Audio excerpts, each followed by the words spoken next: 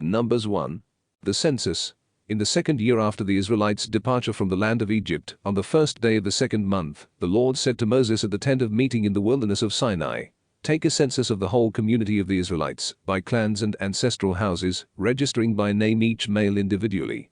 You and Aaron shall enroll in companies all the men in Israel of 20 years or more who are fit for military service." Moses' assistants.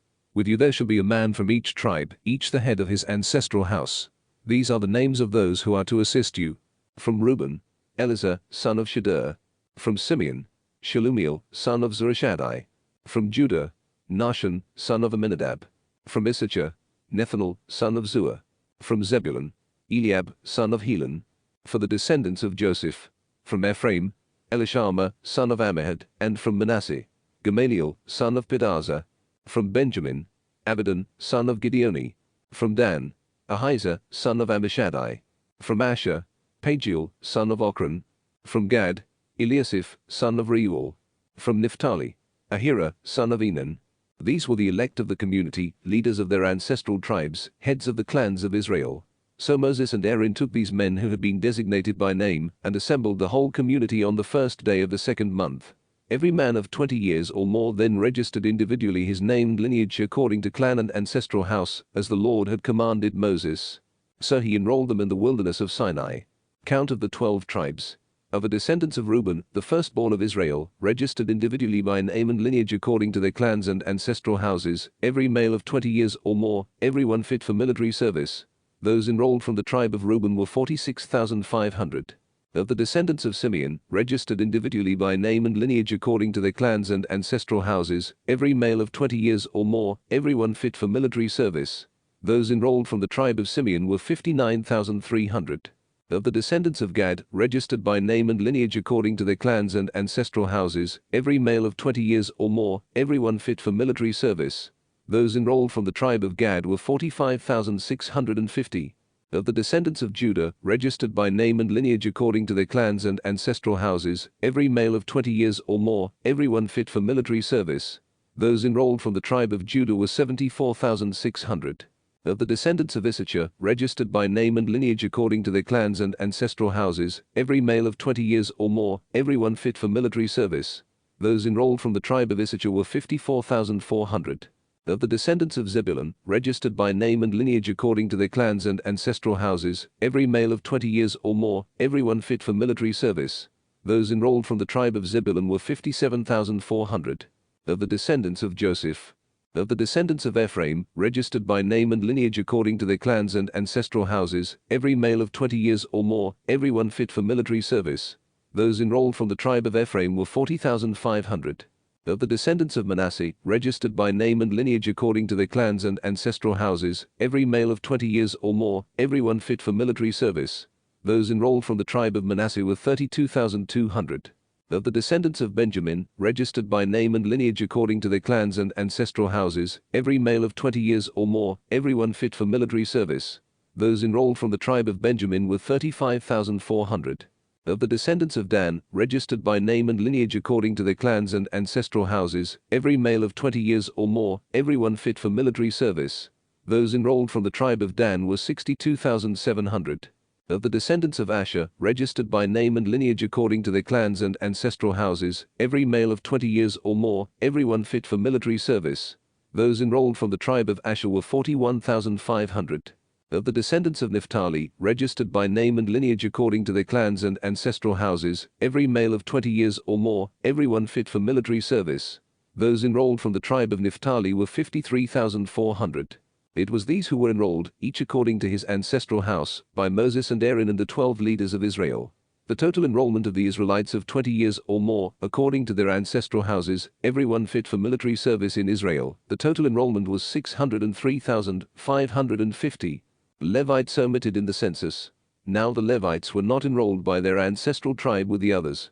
For the Lord had told Moses, "The tribe of Levi alone you shall not enroll nor include in the census along with the other Israelites.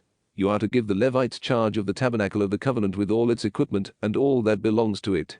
It is they who shall carry the tabernacle with all its equipment and who shall be its ministers, and they shall camp all around the tabernacle. When the tabernacle is to move on, the Levites shall take it down. When the tabernacle is to be pitched, it is the Levites who shall set it up. Any unauthorized person who comes near it shall be put to death. The other Israelites shall camp according to their companies, each in their own divisional camps, but the Levites shall camp around the tabernacle of the covenant to ensure that God's wrath will not fall upon the Israelite community. The Levites shall keep guard over the tabernacle of the covenant.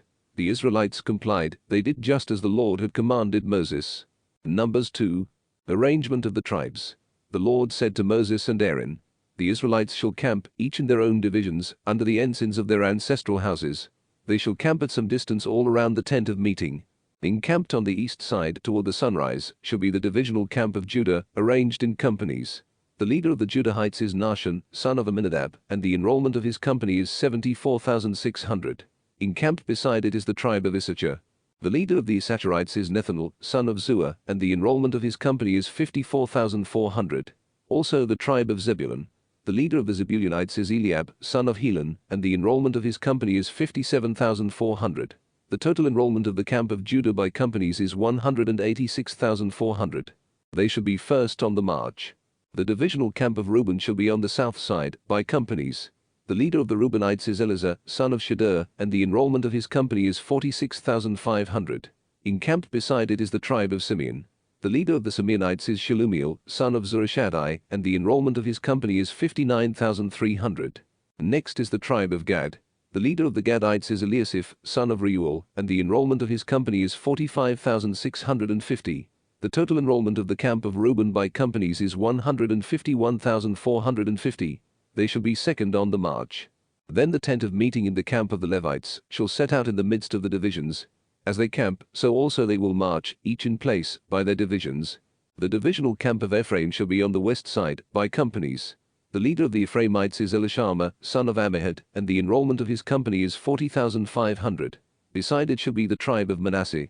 The leader of the Manassites is Gamaliel, son of Pedahzur, and the enrollment of his company is 32,200. Also the tribe of Benjamin. The leader of the Benjaminites is Abidan, son of Gideoni, and the enrollment of his company is 35,400. The total enrollment of the camp of Ephraim by companies is 108,100. They shall be third on the march. The divisional camp of Dan shall be on the north side, by companies. The leader of the Danites is Ahiezer, son of Ammishaddai, and the enrollment of his company is 62,700. Encamped beside it shall be the tribe of Asher. The leader of the Asherites is Pagiel, son of Ochran, and the enrollment of his company is 41,500. Also the tribe of Naphtali. The leader of the Naphtalites is Ahira, son of Enan, and the enrollment of his company is 53,400. The total enrollment of the camp of Dan is 157,600. They shall be the last on the march, by divisions. These are the enrollments of the Israelites according to their ancestral houses. The total enrollment of the camps by companies is 603,550. The Levites, however, were not enrolled with the other Israelites, just as the Lord had commanded Moses. The Israelites did just as the Lord had commanded Moses, both in camp and on the march they were in their own divisions, everyone by clan and according to ancestral house. Numbers 3. The sons of Aaron. These are the offspring of Aaron and Moses at the time the Lord spoke to Moses on Mount Sinai. These are the names of Aaron's sons: Nadab, the firstborn, Abihu, Eleazar, and Ithamar.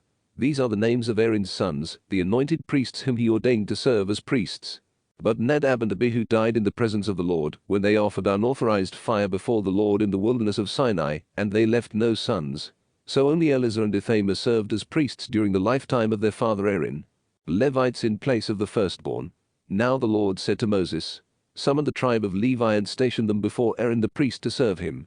They shall discharge his obligations and those of the whole community before the tent of meeting by maintaining the tabernacle. They shall have responsibility for all the furnishings of the tent of meeting and discharge the obligations of the Israelites by maintaining the tabernacle. You shall assign the Levites to Aaron and his sons. They have been assigned unconditionally to him from among the Israelites. But you will appoint only Aaron and his descendants to exercise the priesthood. Any unauthorized person who comes near shall be put to death.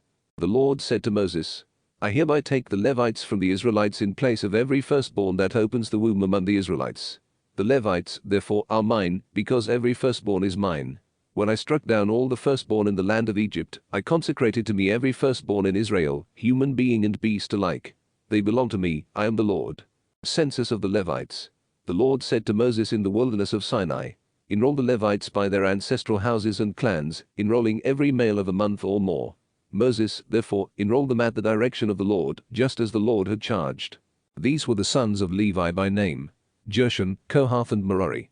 These were the names of the sons of Gershon by their clans: Libni and Shimei. The sons of Kohath by their clans were Amram, Izhar, Hebron and Uzziel. The sons of Merari by their clans were Mali and Mushi. These were the clans of the Levites by their ancestral houses. Duties of the Levitical clans. To Gershon belonged the clan of the Libnites and the clan of the Shimeites. These were the clans of the Gershonites. Their enrollment, registering every male of a month or more, was 7,500. The clans of the Gershonites camped behind the tabernacle to the west. The leader of the ancestral house of the Gershonites was Eliasaph, son of Lael.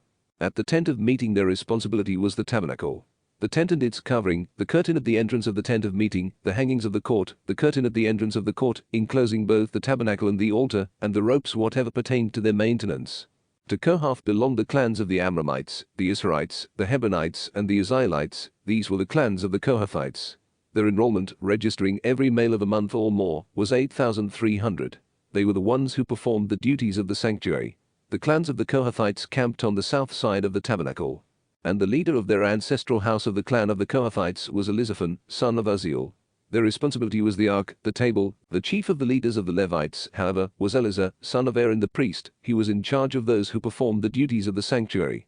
To Merari belonged the clans of the Mahlites and the Mushites. These were the clans of Merari. Their enrollment, registering every male of a month or more, was 6,200. The leader of the ancestral house of the clans of Merari was Zuriel, son of Abihail. They camped at the north side of the tabernacle. The Merarites were assigned responsibility for the boards of the tabernacle, its bars, columns, pedestals, and all its fittings and everything pertaining to their maintenance, as well as the columns of the surrounding court, with their pedestals, pegs and ropes. East of the tabernacle, that is, in front of the tent of meeting, toward the sunrise, were camped Moses and Aaron and the latter's sons, performing the duties of the sanctuary incumbent upon the Israelites. Any unauthorized person who came near was to be put to death. The total enrollment of the Levites whom Moses and Aaron enrolled at the direction of the Lord, by clans, every male a month, census and ransom of firstborn. The Lord then said to Moses, "Enroll every firstborn male of the Israelites a month old or more, and count the number of their names. Then take the Levites for me, I am the Lord, in place of all the firstborn of the Israelites, as well as the Levites' cattle, in place of all the firstborn among the cattle of the Israelites."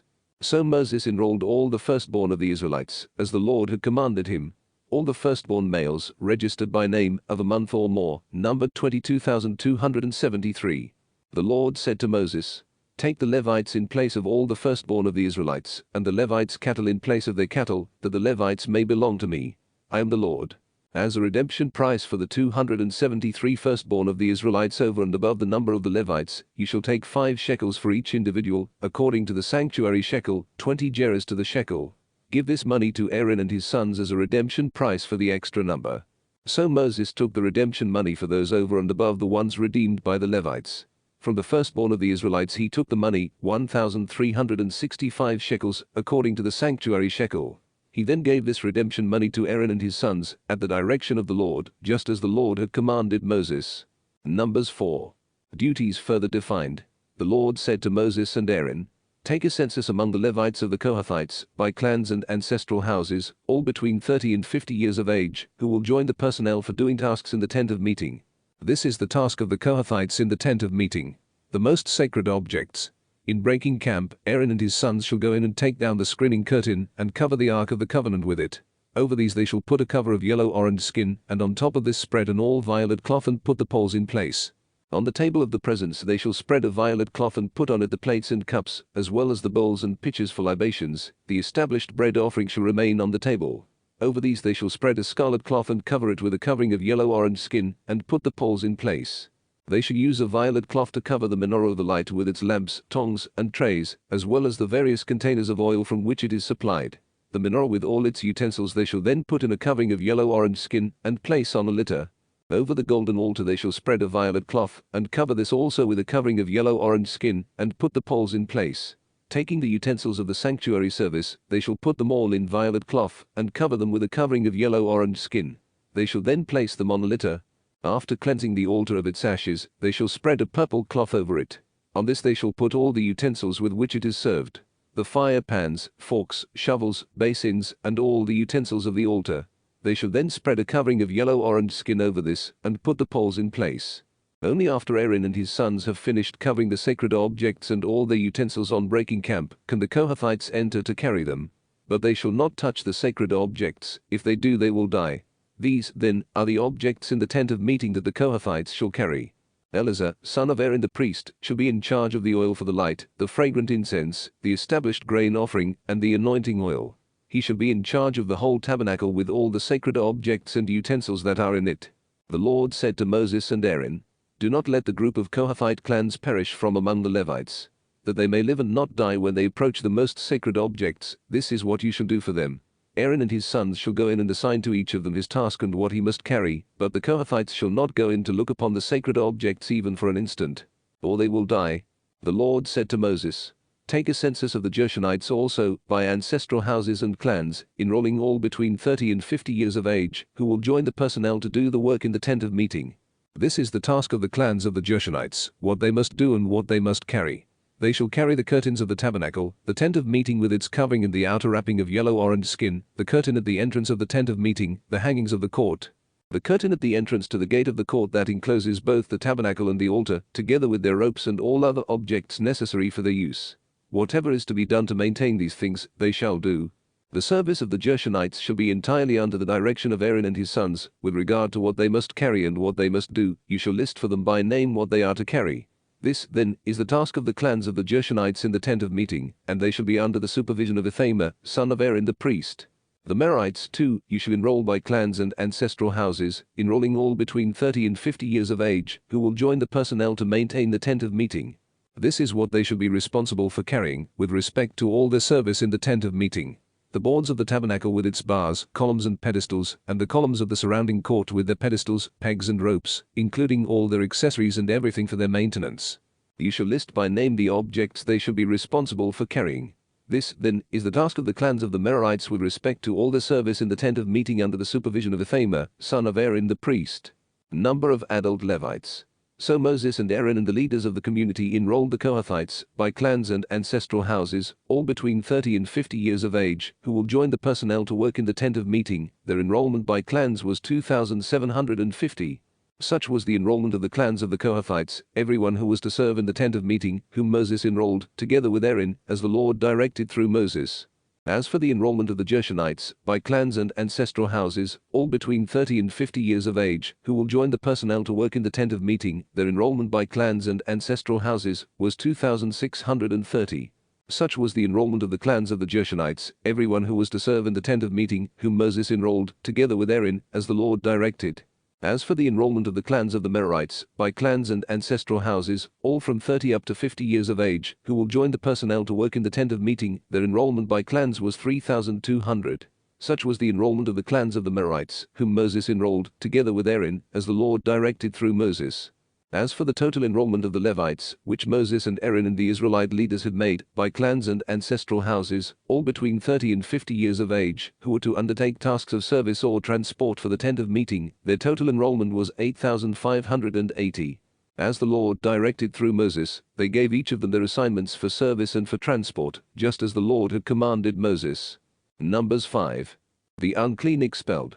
The Lord said to Moses, "Order the Israelites to expel from camp everyone with a scaly infection, and everyone suffering from a discharge, and everyone who has become unclean by contact with a corpse. Male and female alike, you shall expel them. You shall expel them from the camp so that they do not defile their camp, where I dwell in their midst." This the Israelites did, expelling them from the camp, just as the Lord had commanded Moses, so the Israelites did. Unjust possession. The Lord said to Moses, "Tell the Israelites, if a man or a woman commits any offense against another person, thus breaking faith with the Lord, and thereby becomes guilty, that person shall confess the wrong that has been done, make restitution in full, and in addition give 1/5 of its value to the one that has been wronged. However, if there is no next of kin, one to whom restitution can be made, the restitution shall be made to the Lord, and shall fall to the priest. This is apart from the ram of atonement, with which the priest makes atonement for the guilty individual. Likewise, every contribution among the sacred offerings that the Israelites present to the priest will belong to him. Each shall possess his own sacred offerings. What is given to a priest shall be his. Ordeal for suspected adultery. The Lord said to Moses, "Speak to the Israelites and tell them, if a man's wife goes astray and becomes unfaithful to him by virtue of a man having intercourse with her in secret from her husband, and she is able to conceal the fact that she has defiled herself for lack of a witness who might have caught her in the act, Or if a man is overcome by a feeling of jealousy that makes him suspect his wife, and she has defiled herself, or if a man is overcome by a feeling of jealousy that makes him suspect his wife and she has not defiled herself, then the man shall bring his wife to the priest, as well as an offering on her behalf, 1/10 of an ephah of barley meal. However, he shall not pour oil on it, nor put frankincense over it, since it is a grain offering of jealousy, a grain offering of remembrance which recalls wrongdoing. The priest shall first have the woman come forward and stand before the Lord.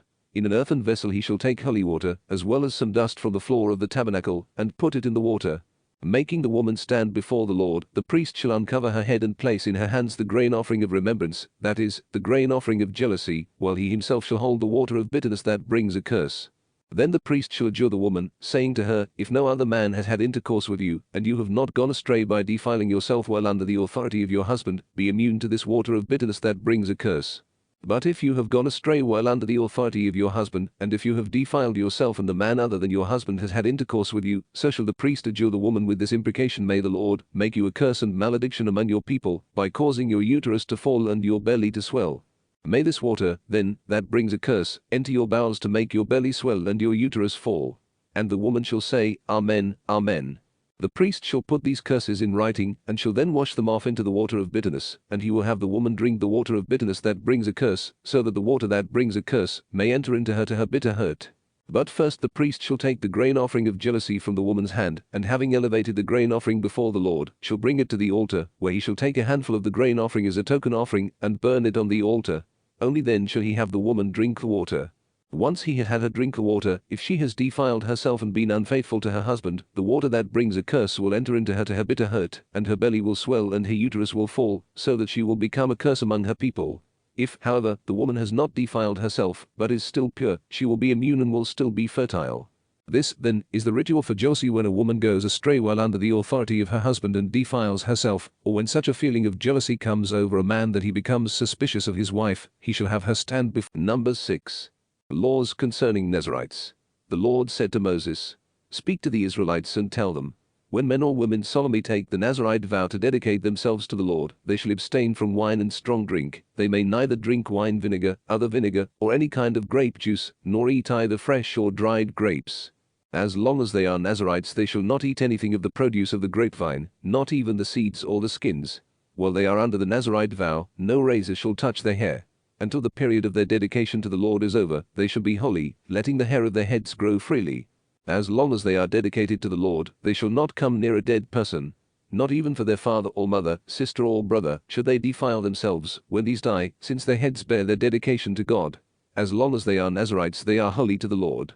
If someone dies very suddenly in their presence, defiling their dedicated heads, they shall shave their heads on the day of their purification, that is, on the 7th day.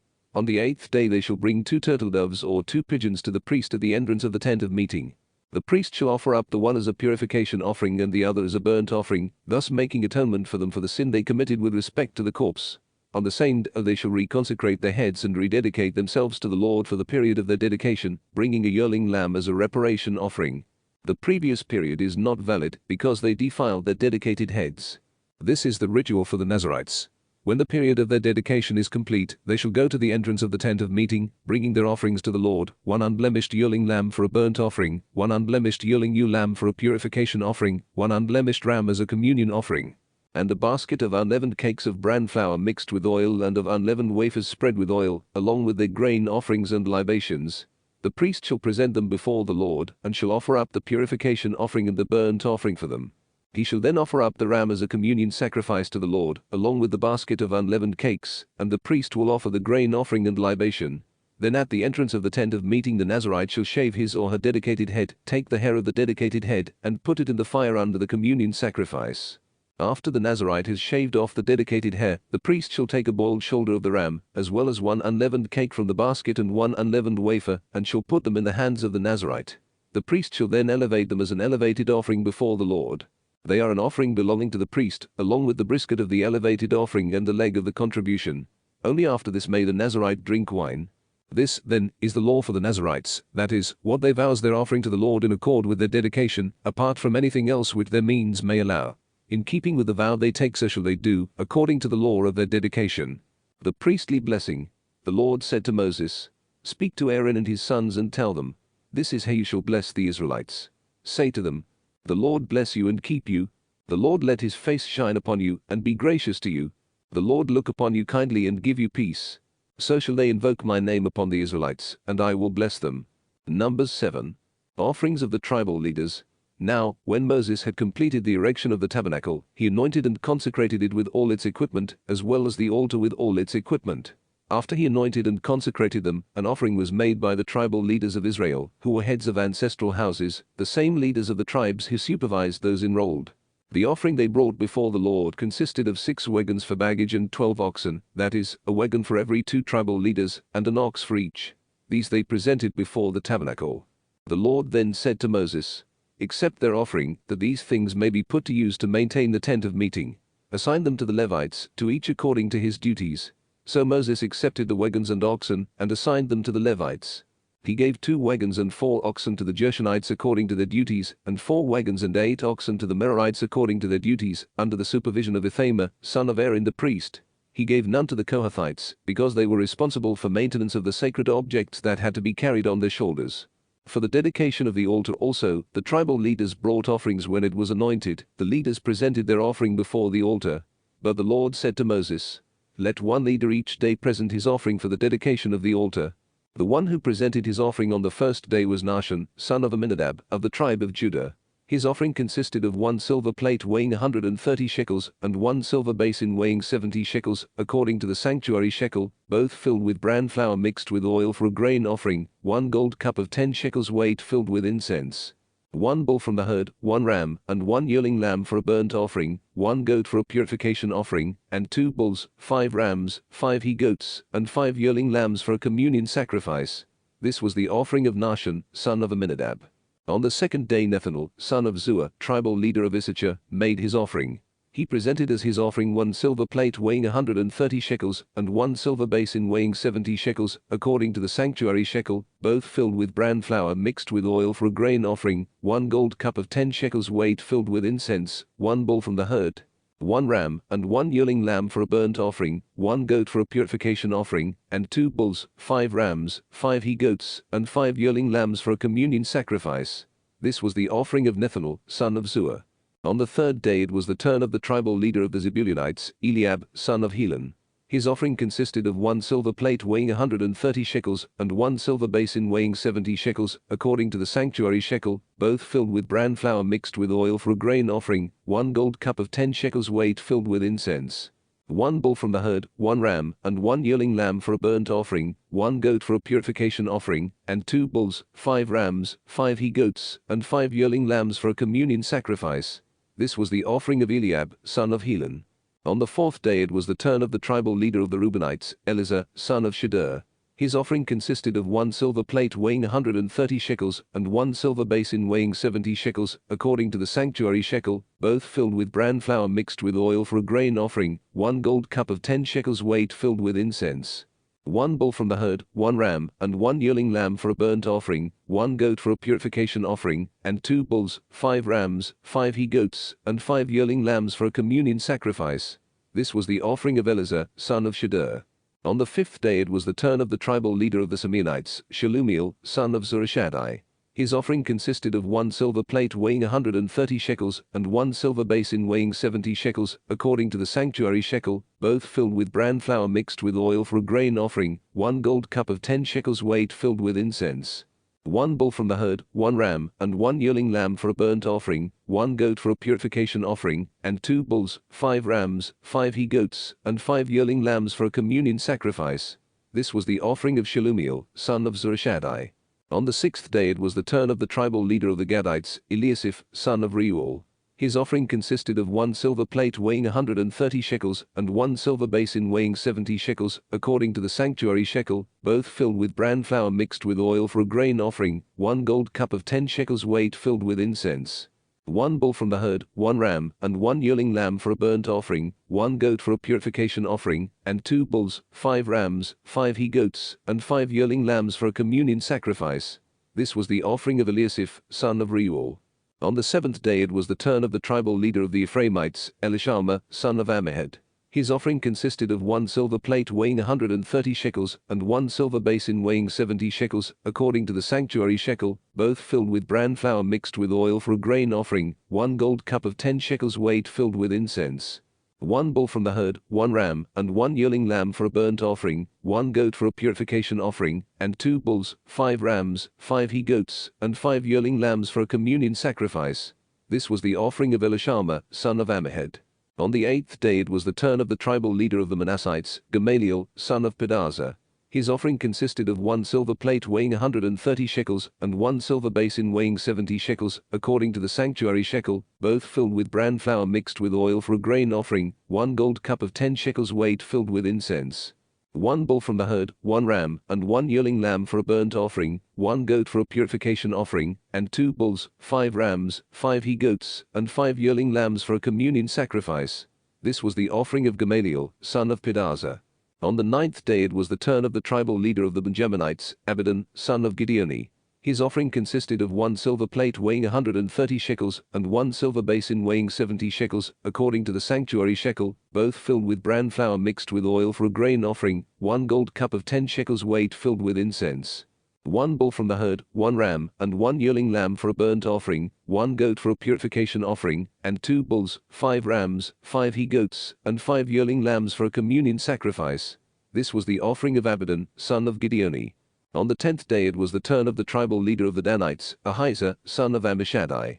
His offering consisted of 1 silver plate weighing 130 shekels and 1 silver basin weighing 70 shekels, according to the sanctuary shekel, both filled with bran flour mixed with oil for a grain offering, 1 gold cup of 10 shekels weight filled with incense. 1 bull from the herd, 1 ram, and 1 yearling lamb for a burnt offering, 1 goat for a purification offering, and 2 bulls, 5 rams, 5 he-goats, and 5 yearling lambs for a communion sacrifice. This was the offering of Ahiezer, son of Ammishaddai. On the 1 bull from the herd, 1 ram, and 1 yearling lamb for a burnt offering, 1 goat for a purification offering, and 2 bulls, 5 rams, 5 he-goats, and 5 yearling lambs for a communion sacrifice. This was the offering of Pagiel, son of Ochran. On the 12th day it was the turn of the tribal leader of the Naphtalites, Ahira, son of Enan. His offering consisted of 1 silver plate weighing 130 shekels and 1 silver basin weighing 70 shekels, according to the sanctuary shekel, both filled with bran flour mixed with oil for a grain offering, 1 gold cup of 10 shekels weight filled with incense. 1 bull from the herd, 1 ram, and 1 yearling lamb for a burnt offering, 1 goat for a purification offering, and 2 bulls, 5 rams, 5 he-goats, and 5 yearling lambs for a communion sacrifice. This was the offering of Ahira, son of Enan. These were the offerings for the dedication of the altar, given by the tribal leaders of Israel on the occasion of its anointing. 12 silver plates, 12 silver basins, and 12 gold cups. Each silver plate weighed 130 shekels, and each silver basin 70, so that all the silver of these vessels amounted to 2,400 shekels, according to the sanctuary shekel. The 12 gold cups that were filled with incense weighed 10 shekels apiece, according to the sanctuary shekel, so that all the gold of the cups amounted to 120 shekels. The animals for the burnt offerings were, in all, 12 bulls, 12 rams, and 12 yearling lambs, with their grain offerings. Those for the purification offerings were 12 goats. The animals for the communion sacrifices were, in all, 24 bulls, 60 rams, 60 he-goats, and 60 yearling lambs. These, then, were the offerings for the dedication of the altar after it was anointed. The voice. When Moses entered the tent of meeting to speak with God, he heard the voice addressing him from above the cover on the ark of the covenant, from between the 2 cherubim, and so it spoke to him. Numbers 8. The menorah. The Lord said to Moses, "Speak to Aaron and say, when you set up the menorah lamps, have the 7 lamps throw their light in front of the menorah." Aaron did so, setting up the menorah lamps to face the area in front of the menorah, just as the Lord had commanded Moses. This is the construction of the menorah. Hammered gold, from its base to its bowls it was hammered, according to the pattern which the Lord had shown Moses, so he made the menorah. Purification of the Levites. The Lord said to Moses, "Take the Levites from among the Israelites and cleanse them. This is what you shall do to them to cleanse them. Sprinkle them with the water of purification, have them shave their whole bodies and wash their garments, and so cleanse themselves. Then they shall take a bull from the herd, along with its grain offering of bran flour mixed with oil, and you shall take another bull from the herd for a purification offering. Bringing the Levites before the tent of meeting, you shall assemble also the whole community of the Israelites. When you have brought the Levites before the Lord, the Israelites shall lay their. Aaron shall then present the Levites before the Lord as an elevated offering from the Israelites, that they may perform the service of the Lord. The Levites in turn shall lay their hands on the heads of the bulls, offering one as a purification offering, and the other as a burnt offering to the Lord, to make atonement for the Levites. Then you shall have the Levites stand before Aaron and his sons, and you shall present them as an elevated offering to the Lord. Thus you shall separate the Levites from the rest of the Israelites, and the Levites shall belong to me. Only then shall the Levites enter upon their service in the tent of meeting, when you have cleansed them and presented them as an elevated offering. For they, among the Israelites, are totally dedicated to me. I have taken them for myself in place of everyone that opens the womb, the firstborn of all the Israelites. Indeed, all the firstborn among the Israelites, human being and beast alike, belong to me. I consecrated them to myself on the day I killed all the firstborn in the land of Egypt. But I have taken the Levites in place of all the firstborn Israelites, and from among the Israelites I have given to Aaron and his sons these Levites, who are to be dedicated to perform the service of the Israelites in the tent of meeting, and to make atonement for them, so that no plague may strike among the Israelites, should they come too near the sanctuary. This, then, is what Moses and Aaron and the whole community of the Israelites did with respect to the Levites. The Israelites did exactly as the Lord had commanded Moses concerning them. When the Levites had purified themselves and washed their garments, only then did they enter upon their service in the tent of meeting under the supervision of Aaron and his sons. Exactly as the Lord had commanded Moses concerning the Levites, so it was done with regard to age limits for Levitical service. The Lord said to Moses, "This is the rule for the Levites. Everyone 25 years old or more shall join the personnel in the service of the tent of meeting, but everyone 50 on up shall retire from the workforce and serve no more. They shall assist their fellow Levites in the tent of meeting in performing their duties, but they shall not do the work." This, then, is how you are to regulate the duties of the Levites. Numbers 9. Second Passover. The Lord said to Moses in the wilderness of Sinai, in the first month of the second year, following their departure from the land of Egypt, "Tell the Israelites to celebrate the Passover at the prescribed time. In the evening twilight of the 14th day of this month, you shall celebrate it at its prescribed time, in accord with all its statutes and regulations." So Moses told the Israelites to celebrate the Passover, and they did celebrate the Passover on the 14th day of the first month during the evening twilight in the wilderness of Sinai. Just as the Lord had commanded Moses, so the Israelites did. There were some, however, who were unclean because of a human corpse, and so could not celebrate the Passover that day. These men came up to Moses and Aaron that same day, and they said to them, "Although we are unclean because of a human corpse, why should we be deprived of presenting the Lord's offering at its prescribed time, along with other Israelites?" Moses answered them, "Wait so that I can learn what the Lord will command in your regard." The Lord then said to Moses, "Speak to the Israelites. If any one of you or of your descendants is unclean because of a human corpse, or is absent on a journey, you may still celebrate the Lord's Passover. But you shall celebrate it in the second month, on the 14th day of that month during the evening twilight, eating it with unleavened bread and bitter herbs, and not leaving any of it over till morning, nor breaking any of its bones, but observing all the statutes of the Passover.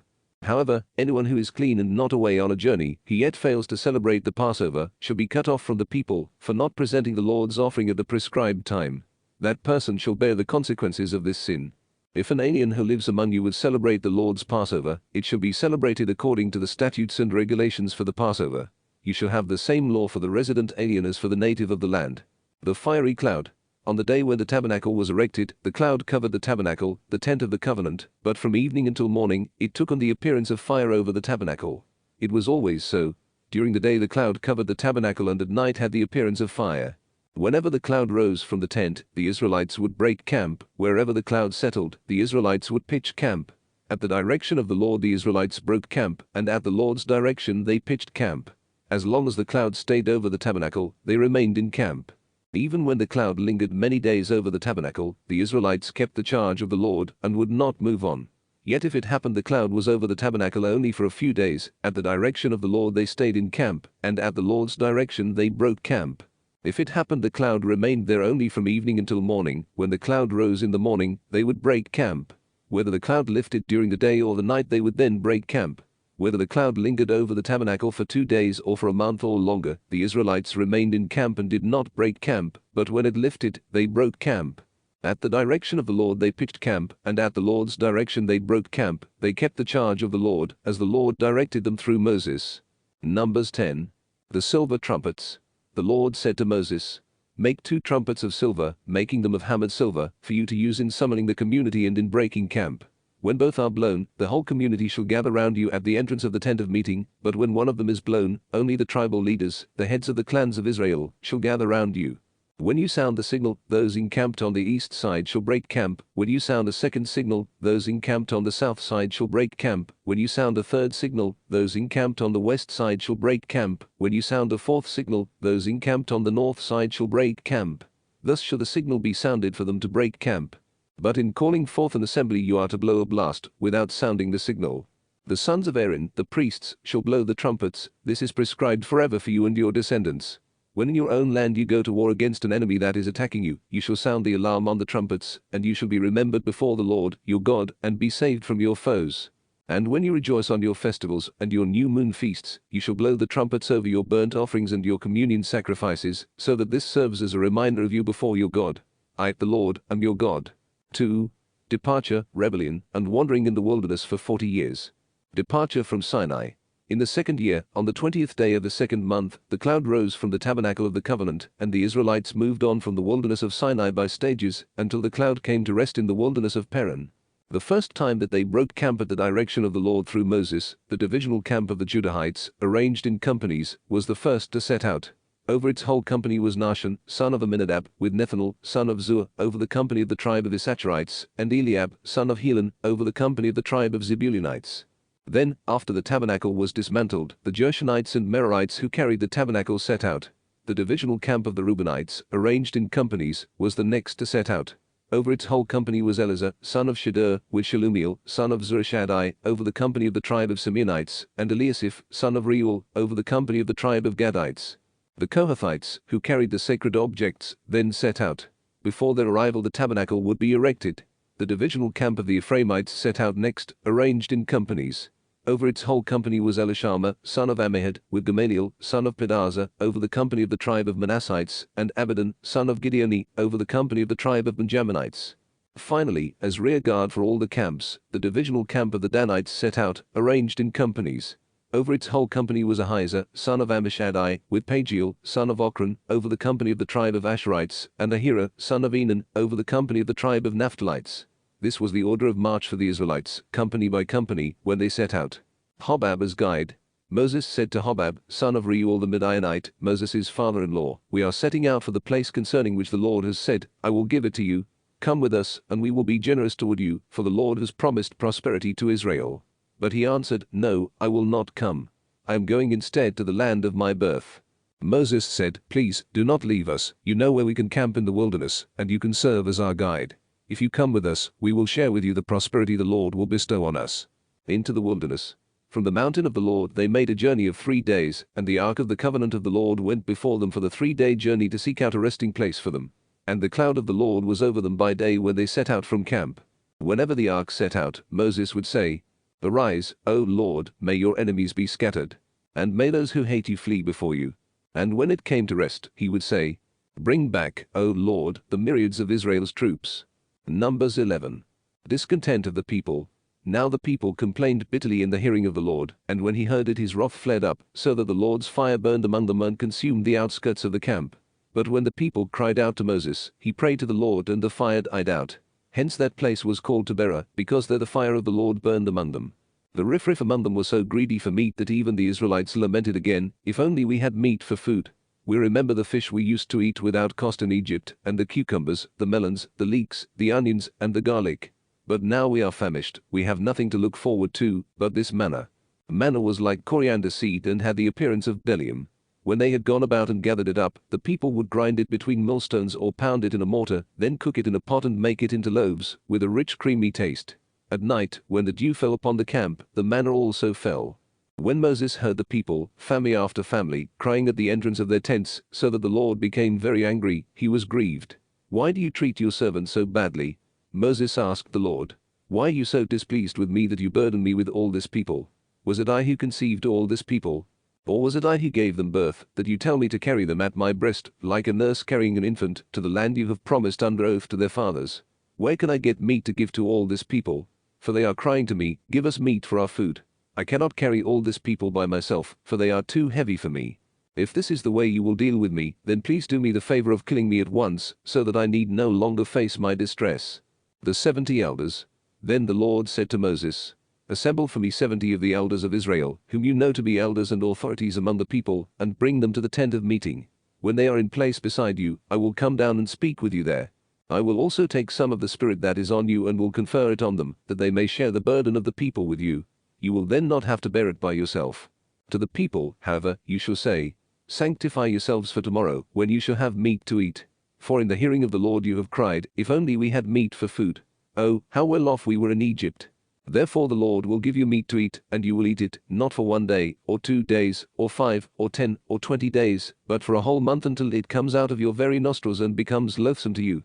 For you have rejected the Lord who is in your midst, and in his presence you have cried, Why did we ever leave Egypt? But Moses said, The people around me include 600,000 soldiers, yet you say, I will give them meat to eat for a whole month. Can enough sheep and cattle be slaughtered for them? If all the fish of the sea were caught for them, would they have enough? The Lord answered Moses, Is this beyond the Lord's reach? You shall see now whether or not what I have said to you takes place. The Spirit on the elders. So Moses went out and told the people what the Lord had said. Gathering 70 elders of the people, he had them stand around the tent. The Lord then came down in the cloud and spoke to him. Taking some of the Spirit that was on Moses, he bestowed it on the 70 elders, and as the Spirit came to rest on them, they prophesied but did not continue. Now 2 men, one named Eldad and the other Medad, had remained in the camp, yet the Spirit came to rest on them also. They too had been on the list, but had not gone out to the tent, and so they prophesied in the camp. So, when a young man ran and reported to Moses, Eldad and Medad are prophesying in the camp, Joshua, son of Nun, who from his youth had been Moses' aide, said, My lord, Moses, stop them. But Moses answered him, Are you jealous for my sake? If only all the people of the Lord were prophets. If only the Lord would bestow his Spirit on them. Then Moses retired to the camp, along with the elders of Israel. The quail. There arose a wind from the Lord that drove in quail from the sea and left them all around the campsite, to a distance of a day's journey, and at a depth of 2 cubits upon the ground. So all that day, all night, and all the next day the people set about to gather in the quail. Even the one who got the least gathered 10 homers of them. Then they spread them out all round the camp. But while the meat was still between their teeth, before it could be chewed, the Lord's wrath fled up against the people, and the Lord struck them with a very great plague. So that place was named Kibroth-Hattaavah, because it was there that the greedy people were buried. From Kibroth-Hattaavah the people set out for Hazeroth, where they stayed. Numbers 12. Jealousy of Aaron and Miriam. Miriam and Aaron spoke against Moses on the pretext of the Cushite woman he had married, for he had in fact married a Cushite woman. They complained, Is it through Moses alone that the Lord has spoken? Has he not spoken through us also? And the Lord heard this. Now the man Moses was very humble, more than anyone else on earth. So at once the Lord said to Moses and Aaron and Miriam, Come out, you 3, to the tent of meeting. And the 3 of them went. Then the Lord came down in a column of cloud, and standing at the entrance of the tent, called Aaron and Miriam. When both came forward, the Lord said, Now listen to my words. If there are prophets among you, in visions I reveal myself to them. In dreams I speak to them. Not so with my servant Moses. Throughout my house he is worthy of trust. Face to face I speak to him, plainly and not in riddles. The likeness of the Lord he beholds.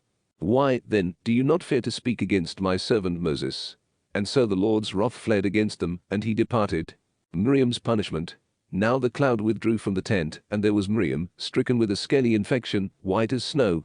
When Aaron turned toward Miriam and saw her stricken with snow-white scales, he said to Moses, my lord, please do not charge us with the sin that we have foolishly committed. Do not let her be like the stillborn baby that comes forth from its mother's womb with its flesh half consumed. Then Moses cried to the Lord, Please, not this. Please, heal her. But the Lord answered Moses, Suppose her father had spit in her face, would she not bear her shame for 7 days? Let her be confined outside the camp for 7 days, afterwards she may be brought back. So Miriam was confined outside the camp for 7 days, and the people did not start out again until she was brought back. After that the people set out from Hazeroth and encamped in the wilderness of Paran. Numbers 13. The 12 scouts. The Lord said to Moses, Send men to reconnoiter the land of Canaan, which I am giving the Israelites. You shall send 1 man from each ancestral tribe, every one a leader among them. So Moses sent them from the wilderness of Paran, at the direction of the Lord. All of them were leaders among the Israelites. These were their names. From the tribe of Reuben, Shammua, son of Zaccur. From the tribe of Simeon, Shaphat, son of Hori. From the tribe of Judah, Caleb, son of Jephunneh. From the tribe of Issachar, Ijul. For the Josephites, from the tribe of Ephraim, Hoshea, son of Nun. From the tribe of Benjamin, Palti. From the tribe of Zebulun, Gadiel, son of Sodi. For the Josephites, from the tribe of Manasseh, Gadi, son of Susi. From the tribe of Dan, Amiel, son of Jamali. From the tribe of Asher, Sether, son of Michael. From the tribe of Naphtali, Nabi, son of Vophsi. From the tribe of Gad, Joel, son of Machi. These are the names of the men whom Moses sent to reconnoiter the land.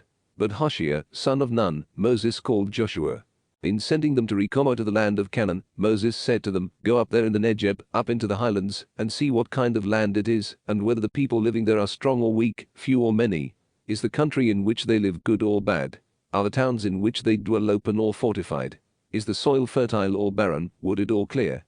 And do your best to get some of the fruit of the land." It was then the season for early grapes. So they went up and reconnoitered the land from the wilderness of Zin as far as where Rehob adjoins Lebo Hamath. Going up by way of the Negeb, they reached Hebron, where they also reached the Wadi Eshcol, where they cut down a branch with a single cluster of grapes on it, which two of them carried on a pole, as well as some pomegranates and figs. It was because of the cluster the Israelites cut there that they called the place Wadi Eshcol. Their report: they returned from reconnoitering the land 40 days later, proceeding directly to Moses and Aaron and the whole community of the Israelites in the wilderness of Paran at Kadesh. They made a report to them and to the whole community, showing them the fruit of the land. They told Moses, "We came to the land to which you sent us. It does indeed flow with milk and honey, and here is its fruit. However, the people who are living in the land are powerful, and the towns are fortified and very large.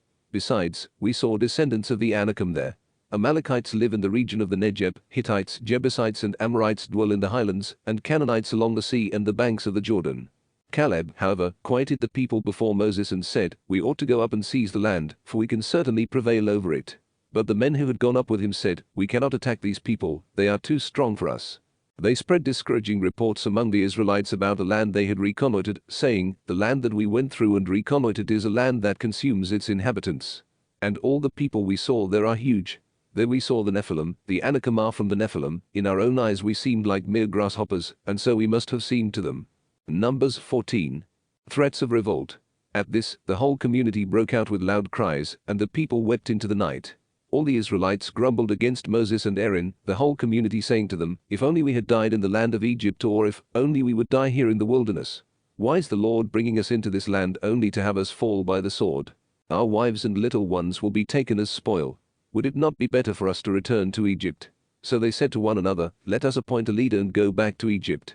But Moses and Aaron fell prostrate before the whole assembled community of the Israelites, while Joshua, son of Nun, and Caleb, son of Jephunneh, who had been among those that reconnoitered the land, tore their garments and said to the whole community of the Israelites, "The land which we went through and reconnoitered is an exceedingly good land. If the Lord is pleased with us, he will bring us into this land and give it to us, a land which flows with milk and honey. Only do not rebel against the Lord. You need not be afraid of the people of the land, for they are but food for us. Their protection has left them, but the Lord is with us. Do not fear them." The Lord's sentence. The whole community threatened to stone them. But the glory of the Lord appeared at the tent of meeting to all the Israelites. And the Lord said to Moses, "How long will this people spurn me? How long will they not trust me, despite all the signs I have performed among them? I will strike them with pestilence and disown them. Then I will make of you a nation greater and mightier than they." But Moses said to the Lord, "The Egyptians will hear of this, for by your power you brought out this people from among them.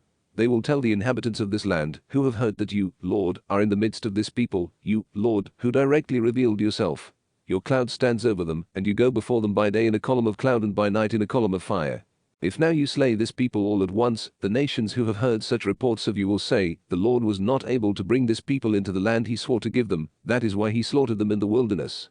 Now then, may my Lord's forbearance be great, even as you have said, 'The Lord is slow to anger and abounding in kindness, forgiving iniquity and rebellion, yet certainly not declaring the guilty guiltless, but punishing children to the third and fourth generation for their parents' iniquity. Pardon, then, the iniquity of this people in keeping with your great kindness, even as you have forgiven them from Egypt until now.' The Lord answered, 'I pardon them as you have asked.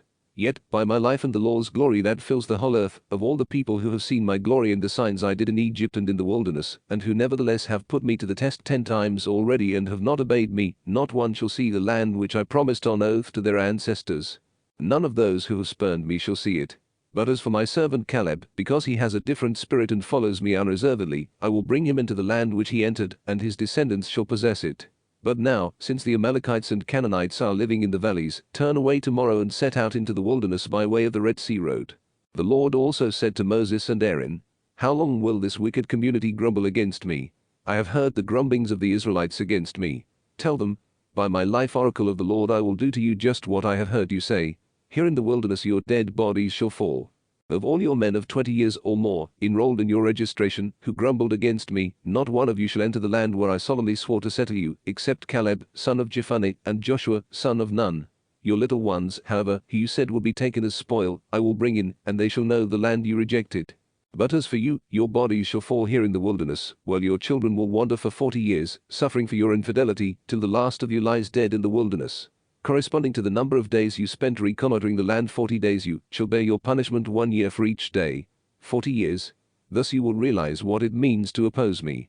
I, the Lord, have spoken, and I will surely do this to this entire wicked community that conspired against me. Here in the wilderness they shall come to their end, and there they will die.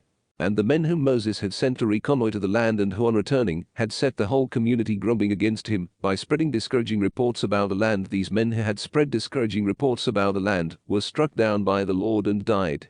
Only Joshua, son of Nun, and Caleb, son of Jephunneh, survived of all the men who had gone to reconnoiter the land. Unsuccessful invasion. When Moses repeated these words to all the Israelites, the people mourned greatly.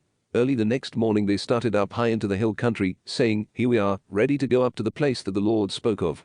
For we did wrong. But Moses said, Why are you now transgressing the Lord's order? This cannot succeed. Do not go up, because the Lord is not in your midst. Do not allow yourself to be struck down by your enemies. For there the Amalekites and Canaanites will face you, and you will fall by the sword. You have turned back from following the Lord, therefore the Lord will not be with you. Yet they dared to go up high into the hill country, even though neither the ark of the covenant of the Lord nor Moses left the camp. And the Amalekites and Canaanites who dwelt in that hill country came down and defeated them, beating them back as far as Hormah. Numbers 15. Secondary offerings. The Lord spoke to Moses, Speak to the Israelites and say to them, When you enter the land that I am giving you for your settlements, if you make to the Lord an oblation from the herd or from the flock, either a burnt offering or a sacrifice, to fulfill a vow, or as a voluntary offering, or for one of your festivals to produce a pleasing aroma for the Lord, the one presenting the offering shall also present to the Lord a grain offering, 1/10 of a measure of bran flour, mixed with 1/4 of a hin of oil, as well as wine for a libation, 1/4 of a hin. You will do this with the burnt offering or the sacrifice, for each lamb. Alternatively for a ram you shall make a grain offering of 2/10 of a measure of bran flour, mixed with 1/3 of a hin of oil, and for a libation, 1/3 of a hin of wine, thereby presenting a pleasing aroma to the Lord. If you make an offering from the herd, either a burnt offering, or a sacrifice, to fulfill a vow, or as a communion offering to the Lord, with it a grain offering of 3/10 of a measure of bran flour, mixed with 1/2 a hin of oil will be presented, and you will present for a libation, 1/2 a hin of wine, a sweet-smelling oblation to the Lord. The same is to be done for each ox, ram, lamb or goat. Whatever the number you offer, do the same for each of them. All the native-born shall make these offerings in this way, whenever they present a sweet-smelling oblation to the Lord. Likewise, in any future generation, any alien residing with you or anyone else in your midst, who presents an oblation of pleasing aroma to the Lord, must do as you do. There is but one statute for you and for the resident alien, a perpetual statute throughout your generations. You and the resident alien will be alike before the Lord, you and the alien residing with you will have the same rule and the same application of it. The Lord spoke to Moses, Speak to the Israelites and say to them, When you enter the land into which I am bringing you and eat of the bread of the land, you shall offer the Lord a contribution. A round loaf from your first batch of dough you shall offer as a contribution. Just like a contribution from the threshing floor you shall offer it. Throughout your generations you shall give a contribution to the Lord from your first batch of dough. Purification offerings. If through inadvertence you fail to do any of these commandments which the Lord has given to Moses, anything the Lord commanded you through Moses from the time the Lord first gave the command down through your generations, if it was done inadvertently without the community's knowledge, the whole community shall sacrifice one bull from the herd as a burnt offering of pleasing aroma to the Lord, along with its prescribed grain offering and libation, as well as one he-goat as a purification offering. Then the priest shall make atonement for the whole Israelite community, and they will be forgiven, since it was inadvertence, and for their inadvertence they have brought their offering, an oblation to the Lord as well as their purification offering before the Lord. Not only the whole Israelite community, but also the aliens residing among you shall be forgiven, since the inadvertent fault affects all the people. If it is an individual who sins inadvertently, this person shall bring a yearling she-goat as a purification offering. And the priest shall make atonement before the Lord for the one who erred, since the sin was inadvertent, making atonement for the person to secure forgiveness. You shall have but one rule for the person who sins inadvertently, whether a native-born Israelite or an alien residing among you. But anyone who acts defiantly, whether a native or an alien, reviles the Lord, and shall be cut off from among the people. For having despised the word of the Lord and broken his commandment, he must be cut off entirely and bear the punishment. The Sabbath breaker. While the Israelites were in the wilderness, a man was discovered gathering wood on the Sabbath day. Those who caught him at it brought him to Moses and Aaron and the whole community. But they put him in custody, for there was no clear decision as to what should be done with him. Then the Lord said to Moses, "This man shall be put to death, let the whole community stone him outside the camp." So the whole community led him outside the camp and stoned him to death, as the Lord had commanded Moses. Tassels on the cloak. The Lord said to Moses, "Speak to the Israelites and tell them that throughout their generations they are to make tassels for the corners of their garments, fastening a violet cord to each corner. When you use these tassels, the sight of the cord will remind you of all the commandments of the Lord, and you will do them, without prostituting yourself going after the desires of your hearts and your eyes. Thus you will remember to do all my commandments, and you will be holy to your God.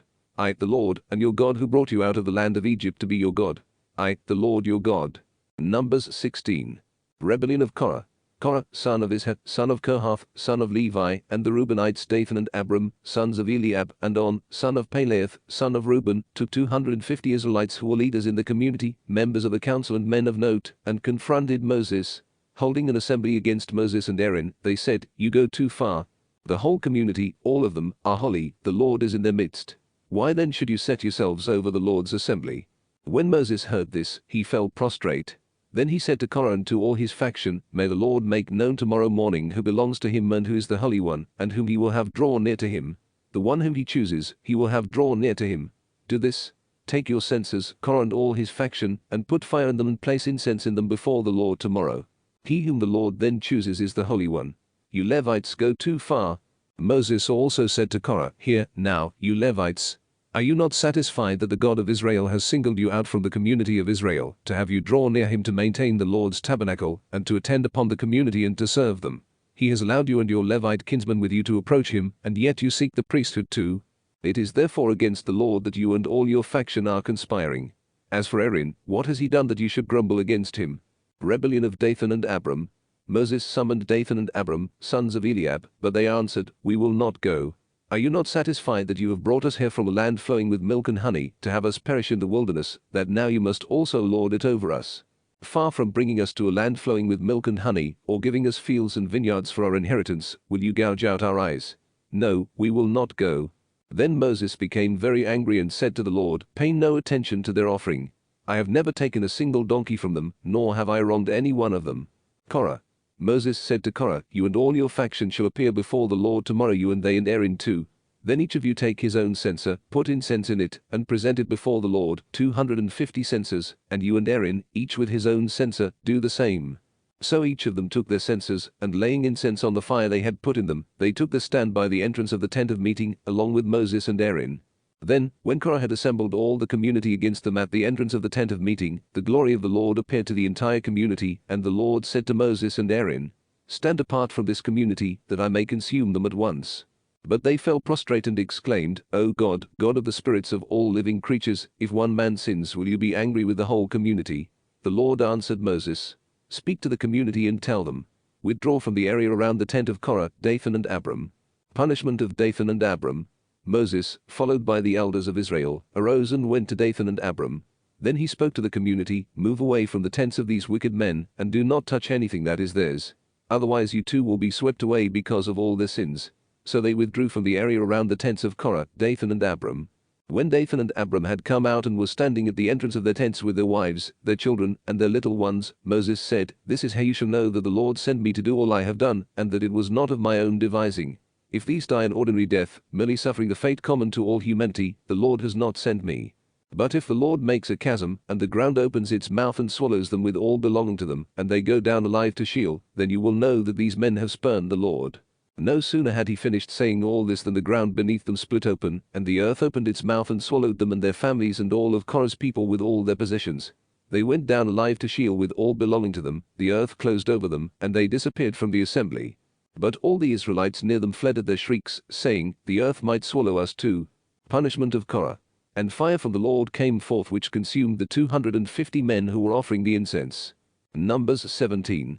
The Lord said to Moses, "Tell Eleazar, son of Aaron the priest, to remove the censers from the embers, and scatter the fire some distance away, for they have become holy, the censers of those who sinned at the cost of their lives. Have them hammered into plates to cover the altar, because in being presented before the Lord they have become holy. In this way they shall serve as a sign to the Israelites. So taking the bronze censers which had been presented by those who were burned, Eleazar the priest to them hammered into a covering for the altar, just as the Lord had directed him through Moses. This was to be a reminder to the Israelites that no unauthorized person, no one who was not a descendant of Aaron, should draw near to offer incense before the Lord, lest he meet the fate of Korah and his faction. The next day the whole Israelite community grumbled against Moses and Aaron, saying, "You have killed the people of the Lord." But while the community was assembling against them, Moses and Aaron turned toward the tent of meeting, and the cloud now covered it, and the glory of the Lord appeared. Then Moses and Aaron came to the front of the tent of meeting, and the Lord said to Moses, "Remove yourselves from this community, that I may consume them at once." But they fell prostrate. Then Moses said to Aaron, "Take your censer, put fire from the altar in it, lay incense on it, and bring it quickly to the community to make atonement for them, for wrath has come forth from the Lord, and the plague has begun." Aaron took his censer just as Moses directed and ran in among the assembly, where the plague had already begun among the people. Then he offered the incense and made atonement for the people, while standing there between the living and the dead. And so the scourge was checked. There were 14,700 dead from the scourge, in addition to those who died because of Korah. When the scourge had been checked, Aaron returned to Moses at the entrance of the tent of meeting. Aaron's staff. The Lord now said to Moses, "Speak to the Israelites and get from them a staff for each ancestral house, 12 staffs in all, from all the leaders of their ancestral houses. Write each man's name on his staff, and write Aaron's name on Levi's staff. For each head of an ancestral house shall have a staff. Then deposit them in the tent of meeting, in front of the covenant, where I meet you. The staff of the man whom I choose shall sprout. Thus I will rid myself of the Israelites grumbling against you." So Moses spoke to the Israelites, and all their leaders gave him staffs, 12 in all, one from each leader of their ancestral houses, and Aaron's staff was among them. Then Moses deposited the staffs before the Lord in the tent of the covenant. The next day, when Moses entered the tent of the covenant, Aaron's staff, representing the house of Levi, had sprouted. It had put forth sprouts, produced blossoms, and borne ripe almonds. So Moses brought out all the staffs from the Lord's presence to all the Israelites, and each one identified his own staff and took it. Then the Lord said to Moses, "Put back Aaron's staff in front of the covenant, for safekeeping is assigned to the rebellious, so that their grumbling against me may cease and they might not die." Moses did this. Just as the Lord had commanded him, so he did. Charge of the sacred things. Then the Israelites exclaimed to Moses, "We will perish, we are lost, we are all lost. Anyone who approaches the tabernacle of the Lord will die. Will there be no end to our perishing?" Numbers 18. The Lord said to Aaron, "You and your sons as well as your ancestral house with you shall be responsible for any sin with respect to the sanctuary, but only you and your sons with you shall be responsible for any sin with respect to your priesthood. You shall also present with you your kinsmen of the tribe of Levi, your ancestral tribe, that they may be joined to you and assist you, while you and your sons with you are in front of the tent of the covenant. They shall discharge your obligations and those with respect to the whole tent. However, they shall not come near the utensils of the sanctuary or the altar, or else both they and you will die. They will be joined to you to perform the duties associated with the tent of meeting, all the labor pertaining to the tent. But no unauthorized person shall come near you. You shall perform the duties of the sanctuary and of the altar, that wrath may not fall again upon the Israelites.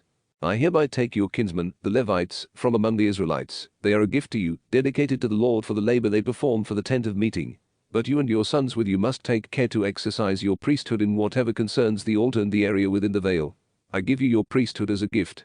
Any unauthorized person who comes near shall be put to death." The priest's share of the sacrifices.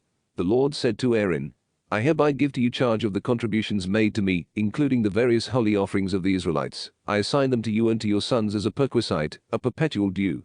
This is what you shall have from the oblations that are most holy. Every offering of theirs, namely, all their grain offerings, purification offerings, and reparation offerings which they must return to me shall be most holy for you and for your sons. You shall eat them in a most holy place, every male may partake of them. As holy, they belong to you. This also you shall have. The contributions that are their gifts, including the elevated offering of the Israelites, I assign them to you and to your sons and daughters with you as a perpetual due. All in your household who are clean may eat them. I also assign to you all the best of the new oil and of the new wine and grain that they give to the Lord as their first produce that has been processed. The first ripened fruits of whatever is in their land, which they bring to the Lord, shall be yours. All of your household who are clean may eat them. Whatever is under the ban in Israel shall be yours.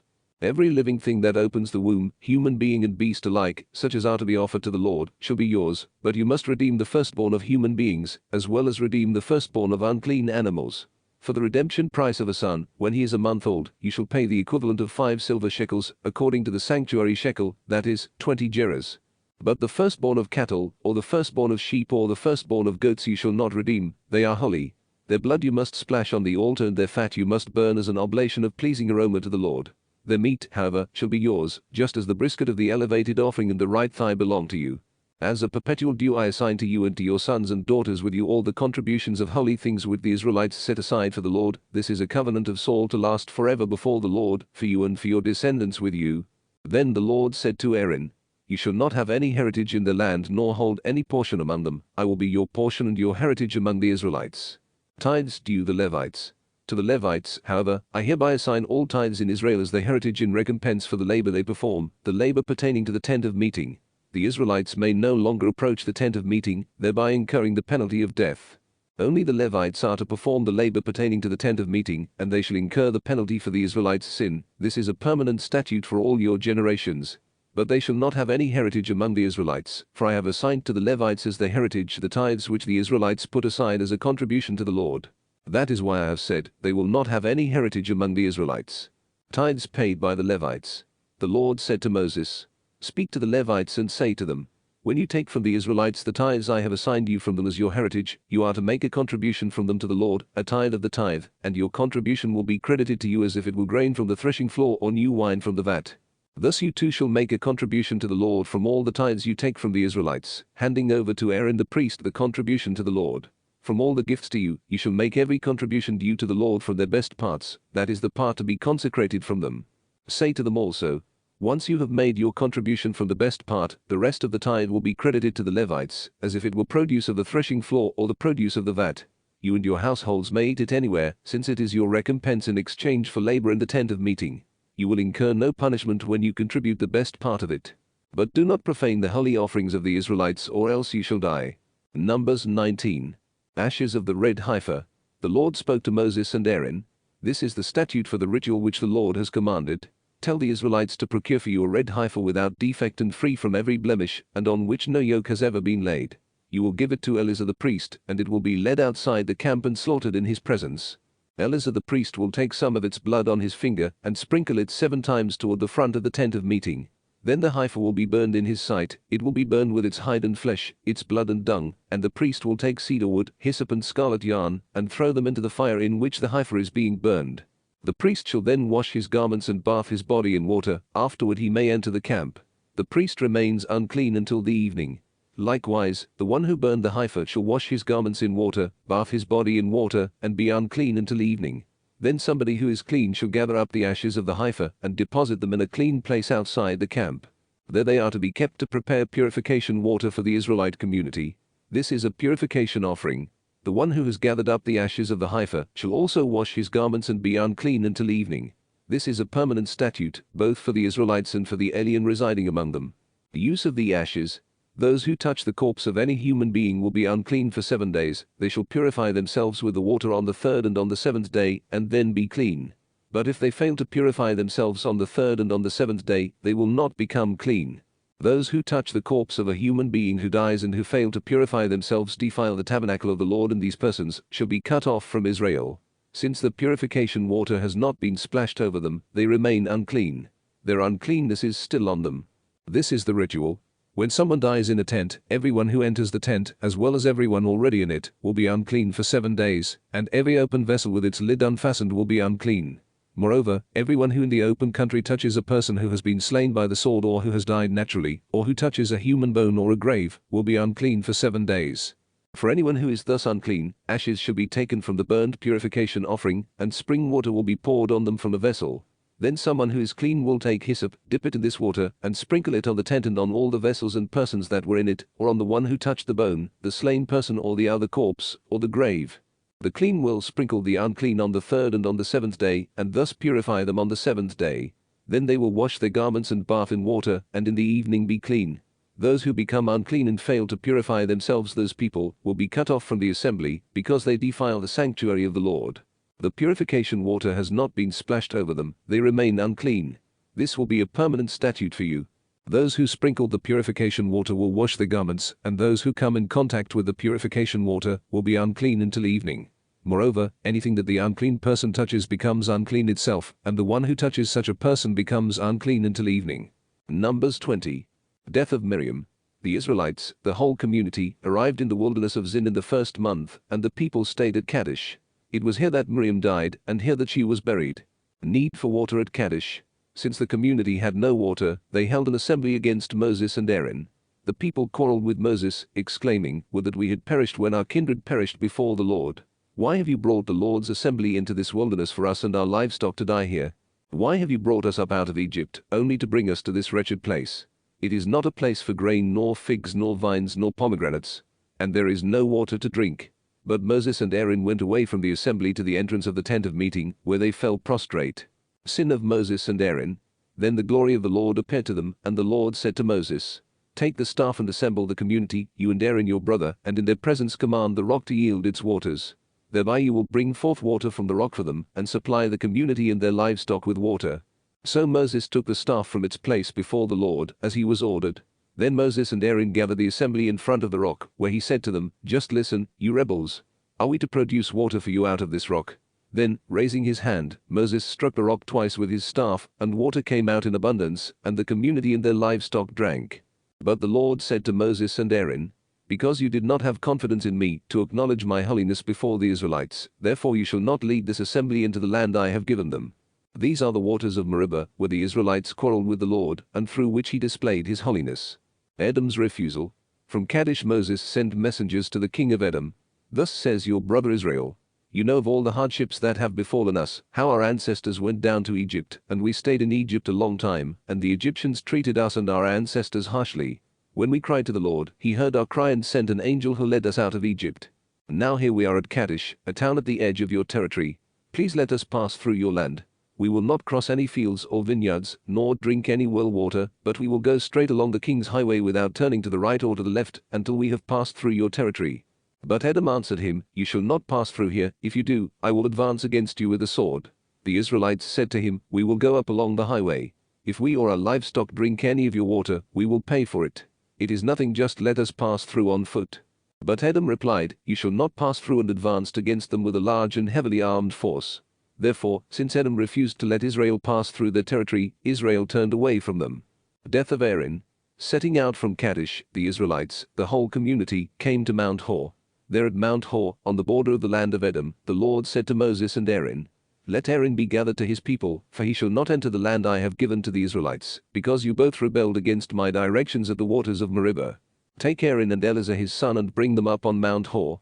Then strip Aaron of his garments and put them on Eleazar his son, but there Aaron shall be gathered up in death." Moses did as the Lord commanded. When they had climbed Mount Hor in view of the whole community, Moses stripped Aaron of his garments and put them on Eleazar his son. Then Aaron died there on top of the mountain. When Moses and Eleazar came down from the mountain, all the community understood that Aaron had breathed his last, and for 30 days the whole house of Israel mourned Aaron. Numbers 21. Victory over Arad. When the Canaanite, the king of Arad, who ruled over the Negeb, heard that the Israelites were coming along the way of Atharim, he engaged Israel in battle and took some of them captive. Israel then made this vow to the Lord: "If you deliver this people into my hand, I will put their cities under the ban." The Lord paid attention to Israel and delivered up the Canaanites, and they put them and their cities under the ban. Hence that place was named Hormah. The bronze serpent. From Mount Hor they set out by way of the Red Sea to bypass the land of Edom, but the people's patience was worn out by the journey, so the people complained against God and Moses, "Why have you brought us up from Egypt to die in the wilderness, where there is no food or water? We are disgusted with this wretched food." So the Lord sent among the people seraph serpents, which bit the people, so that many of the Israelites died. Then the people came to Moses and said, "We have sinned in complaining against the Lord and you. Pray to the Lord to take the serpents from us." So Moses prayed for the people, and the Lord said to Moses, "Make a seraph and mount it on a pole, and everyone who has been bitten will look at it and recover." Accordingly Moses made a bronze serpent and mounted it on a pole, and whenever the serpent bit someone, the person looked at the bronze serpent and recovered. Journey around Moab. The Israelites moved on and encamped in Oboth. Then they moved on from Oboth and encamped in Abram in the wilderness facing Moab on the east. Moving on from there, they encamped in the Wadi Zerd. Moving on from there, they encamped on the other side of the Arnon, in the wilderness that extends from the territory of the Amorites, for the Arnon forms Moab's boundary, between Moab and the Amorites. Hence it is said in the book of the wars of the Lord, Waheb in Suffer and the Wadis, Arnon and the Wadi gorges, that reach back toward the site of Ar, and lean against the border of Moab. From there they went to Beer, which is the well of which the Lord said to Moses, "Gather the people together, so that I may give them water." Then Israel sang this song. Spring up, O well, so sing to it. The well that the princes sank, that the nobles of the people dug, with their scepters and their staffs. From the wilderness, a gift. From Beer to Nahaliel, from Nahaliel to Bamoth, from Bamoth to the valley in the country of Moab, the headland of Pisgah that overlooks Jeshimon. Victory over Sihon. Now Israel sent messengers to Sihon, king of the Amorites, with the message, let us pass through your land. We will not turn aside into any field or vineyard, nor will we drink any well water, but we will go straight along the king's highway until we have passed through your territory.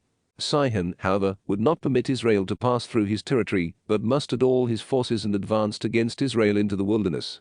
When he reached Jahaz, he engaged Israel in battle. But Israel put him to the sword, and took possession of his land from the Arnon to the Jabbok, and as far as Jazer of the Ammonites, for Jazer is the boundary of the Ammonites. Israel seized all the towns here, and Israel settled in all the towns of the Amorites, in Heshbon and all its dependencies. For Heshbon was the city of Sihon, king of the Amorites, who had fought against the former king of Moab, and had taken all his land from him as far as the Arnon. That is why the poets say, come to Heshbon, let it be rebuilt. Let Sihon's city be firmly constructed. For fire went forth from Heshbon, and a blaze from the city of Sihon. It consumed Ar of Moab, and swallowed up the high places of the Arnon. Woe to you, Moab! You are no more, people of Chemosh. He let his sons become fugitives, and his daughters be taken captive by the Amorite king Sihon. From Heshbon to Dibon their dominion is no more. Ar is laid waste, fires blaze as far as Medeba. So Israel settled in the land of the Amorites. Moses sent spies to Jazer, and the Israelites captured it with its dependencies and dispossessed the Amorites who were there. Victory over Og. Then they turned and went up along the road to Bashan. But Og, king of Bashan, advanced against them with all his forces to give battle at Edrei. The Lord, however, said to Moses, do not fear him, for into your hand I deliver him with all his forces and his land. You will do to him as you did to Sihon, king of the Amorites, who reigned in Heshbon. So they struck him down with his sons and all his forces, until not a survivor was left to him, and they took possession of his land. Numbers 22. Then the Israelites moved on and encamped in the plains of Moab on the other side of the Jordan opposite Jericho. Balaam summoned. Now Balak, son of Zippor, saw all that Israel did to the Amorites, and Moab feared the Israelites greatly because they were numerous. Moab was in dread of the Israelites. So Moab said to the elders of Midian, now this horde will devour everything around us as an ox devours the grass of the field. At that time Balak, son of Zippor, was king of Moab, and he sent messengers to Balaam, son of Beor, at Peter on the river, in the land of the Ammonites, to summon him with these words, a people has come out of Egypt.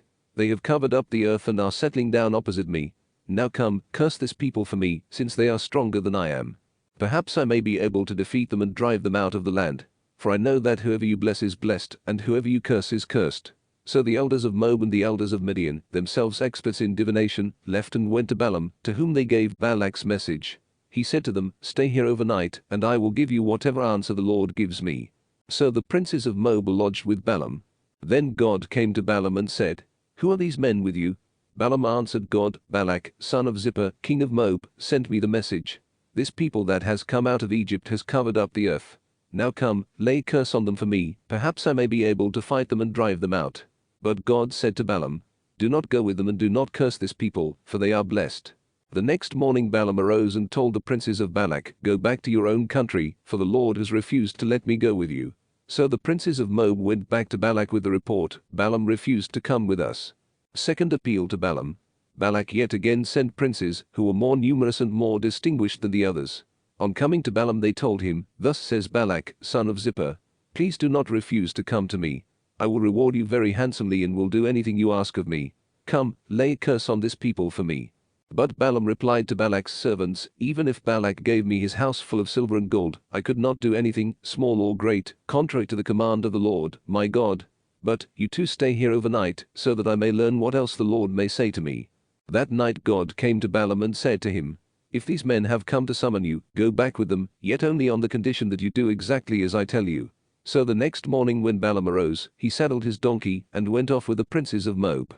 The talking donkey. But now God's anger flared up at him for going, and the angel of the Lord took up a position on the road as his adversary. As Balaam was riding along on his donkey, accompanied by two of his servants, the donkey saw the angel of the Lord standing in the road with sword drawn. The donkey turned off the road and went into the field, and Balaam beat the donkey to bring her back on the road. Then the angel of the Lord stood in a narrow lane between vineyards with a stone wall on each side. When the donkey saw the angel of the Lord there, she pressed against the wall, and since she squeezed Balaam's leg against the wall, he beat her again. Then the angel of the Lord again went ahead and stood next in a passage so narrow that there was no room to move either to the right or to the left. When the donkey saw the angel of the Lord there, she lay down under Balaam. Balaam's anger flared up and he beat the donkey with his stick. Then the Lord opened the mouth of the donkey, and she asked Balaam, "What have I done to you that you beat me these 3 times? You have acted so willfully against me," said Balaam to the donkey, "that if I only had a sword at hand, I would kill you here and now." But the donkey said to Balaam, "Am I not your donkey, on which you have always ridden until now? Have I been in the habit of treating you this way before?" "No," he replied. Then the Lord opened Balaam's eyes, so that he saw the angel of the Lord standing on the road with sword drawn, and he knelt and bowed down to the ground. But the angel of the Lord said to him, "Why have you beaten your donkey these 3 times? I have come as an adversary because this rash journey of yours is against my will." When the donkey saw me, she turned away from me these 3 times. If she had not turned away from me, you are the one I would have killed, though I would have spared her. Then Balaam said to the angel of the Lord, "I have sinned. Yet I did not know that you took up a position to oppose my journey. Since it has displeased you, I will go back home." But the angel of the Lord said to Balaam, "Go with the men, but you may say only what I tell you." So Balaam went on with the princes of Balak. When Balak heard that Balaam was coming, he went out to meet him at Armob on the border formed by the Arnon, at its most distant point. And Balak said to Balaam, "Did I not send an urgent summons to you? Why did you not come to me? Did you think I could not reward you?" Balaam answered Balak, "Well, I have come to you after all. But what power have I to say anything? I can speak only what God puts in my mouth." Then Balaam went with Balak, and they came to Kiriath Huzoth. Here Balak sacrificed oxen and sheep, and sent portions to Balaam and to the princes who were with him. The first oracle. The next morning Balak took Balaam up on Bamoth-baal, and from there he could see some of the people. Numbers 23. Then Balaam said to Balak, "Build me 7 altars here, and here prepare 7 bulls and 7 rams for me." So Balak did as Balaam had ordered, and Balak and Balaam offered a bull and a ram on each altar. Balaam said to Balak, "Stand here by your burnt offering while I go over there. Perhaps the Lord will meet me, and then I will tell you whatever he lets me see." And so he went out on the barren height. Then God met Balaam, and Balak said to him, "I have erected the 7 altars, and have offered a bull and a ram on each altar." The Lord put an utterance in Balaam's mouth, and said, "Go back to Balak, and speak accordingly."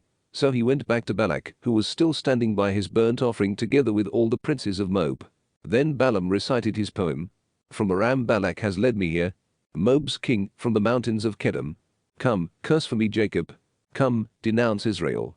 How can I lay a curse on the one whom God has not cursed? How denounce the one whom the Lord has not denounced? For from the top of the crags I see him, from the heights I behold him. Here is a people that lives apart, and does not reckon itself among the nations. Who has ever counted the dust of Jacob? Who numbered Israel's dust cloud? May I die the death of the just. May my end be like theirs. What have you done to me?" cried Balak to Balaam. "It was to lay a curse on my foes that I brought you here, but instead you have blessed them." Balaam replied, "Is it not what the Lord puts in my mouth that I take care to repeat?" The second oracle.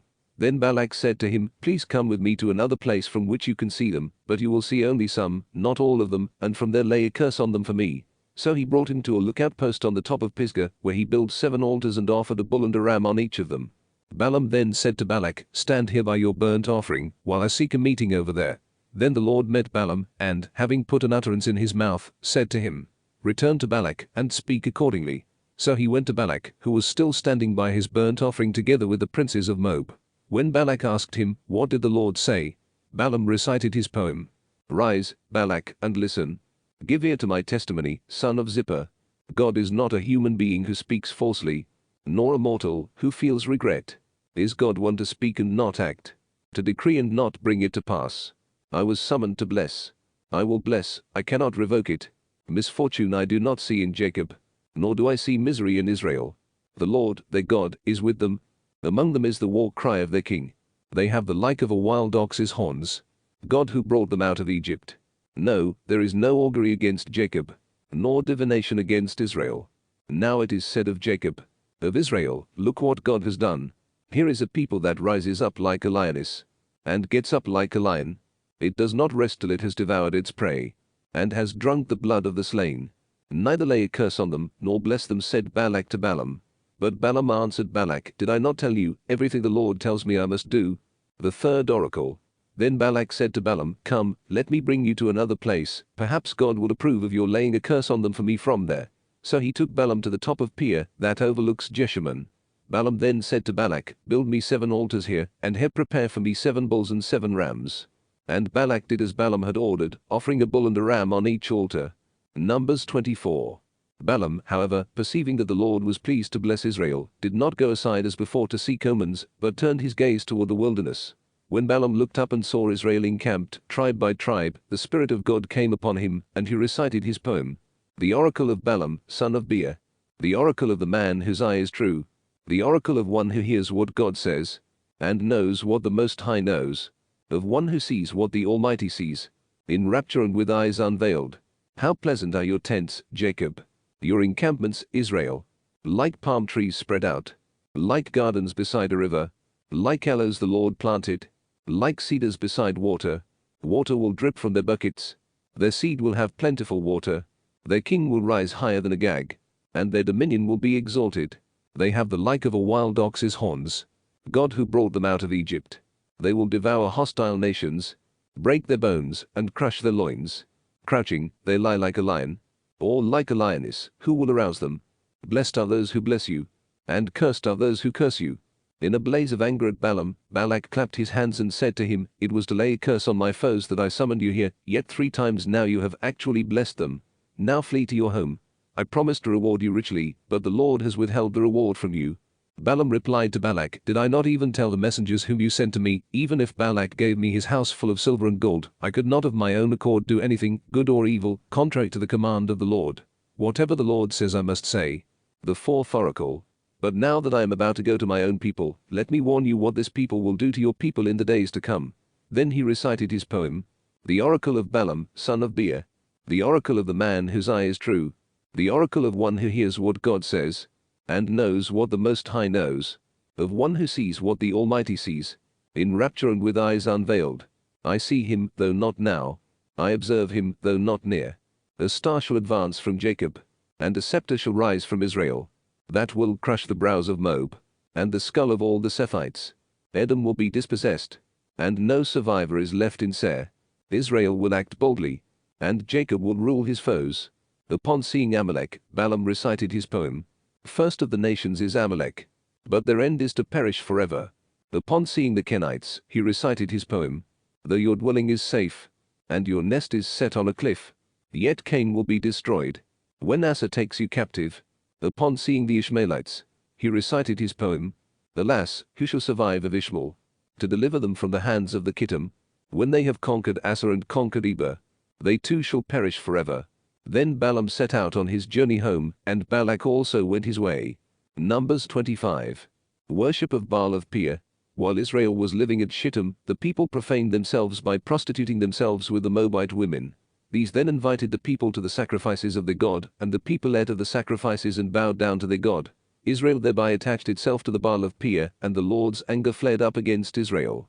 The Lord said to Moses, "Gather all the leaders of the people, and publicly execute them before the Lord, that the blazing wrath of the Lord may turn away from Israel." So Moses told the Israelite judges, "Each of you kill those of his men who have attached themselves to the Baal of Peor." Zeal of Phinehas. At this a certain Israelite came and brought in a Midianite woman to his kindred, in the view of Moses, and of the whole Israelite community, while they were weeping at the entrance of the tent of meeting.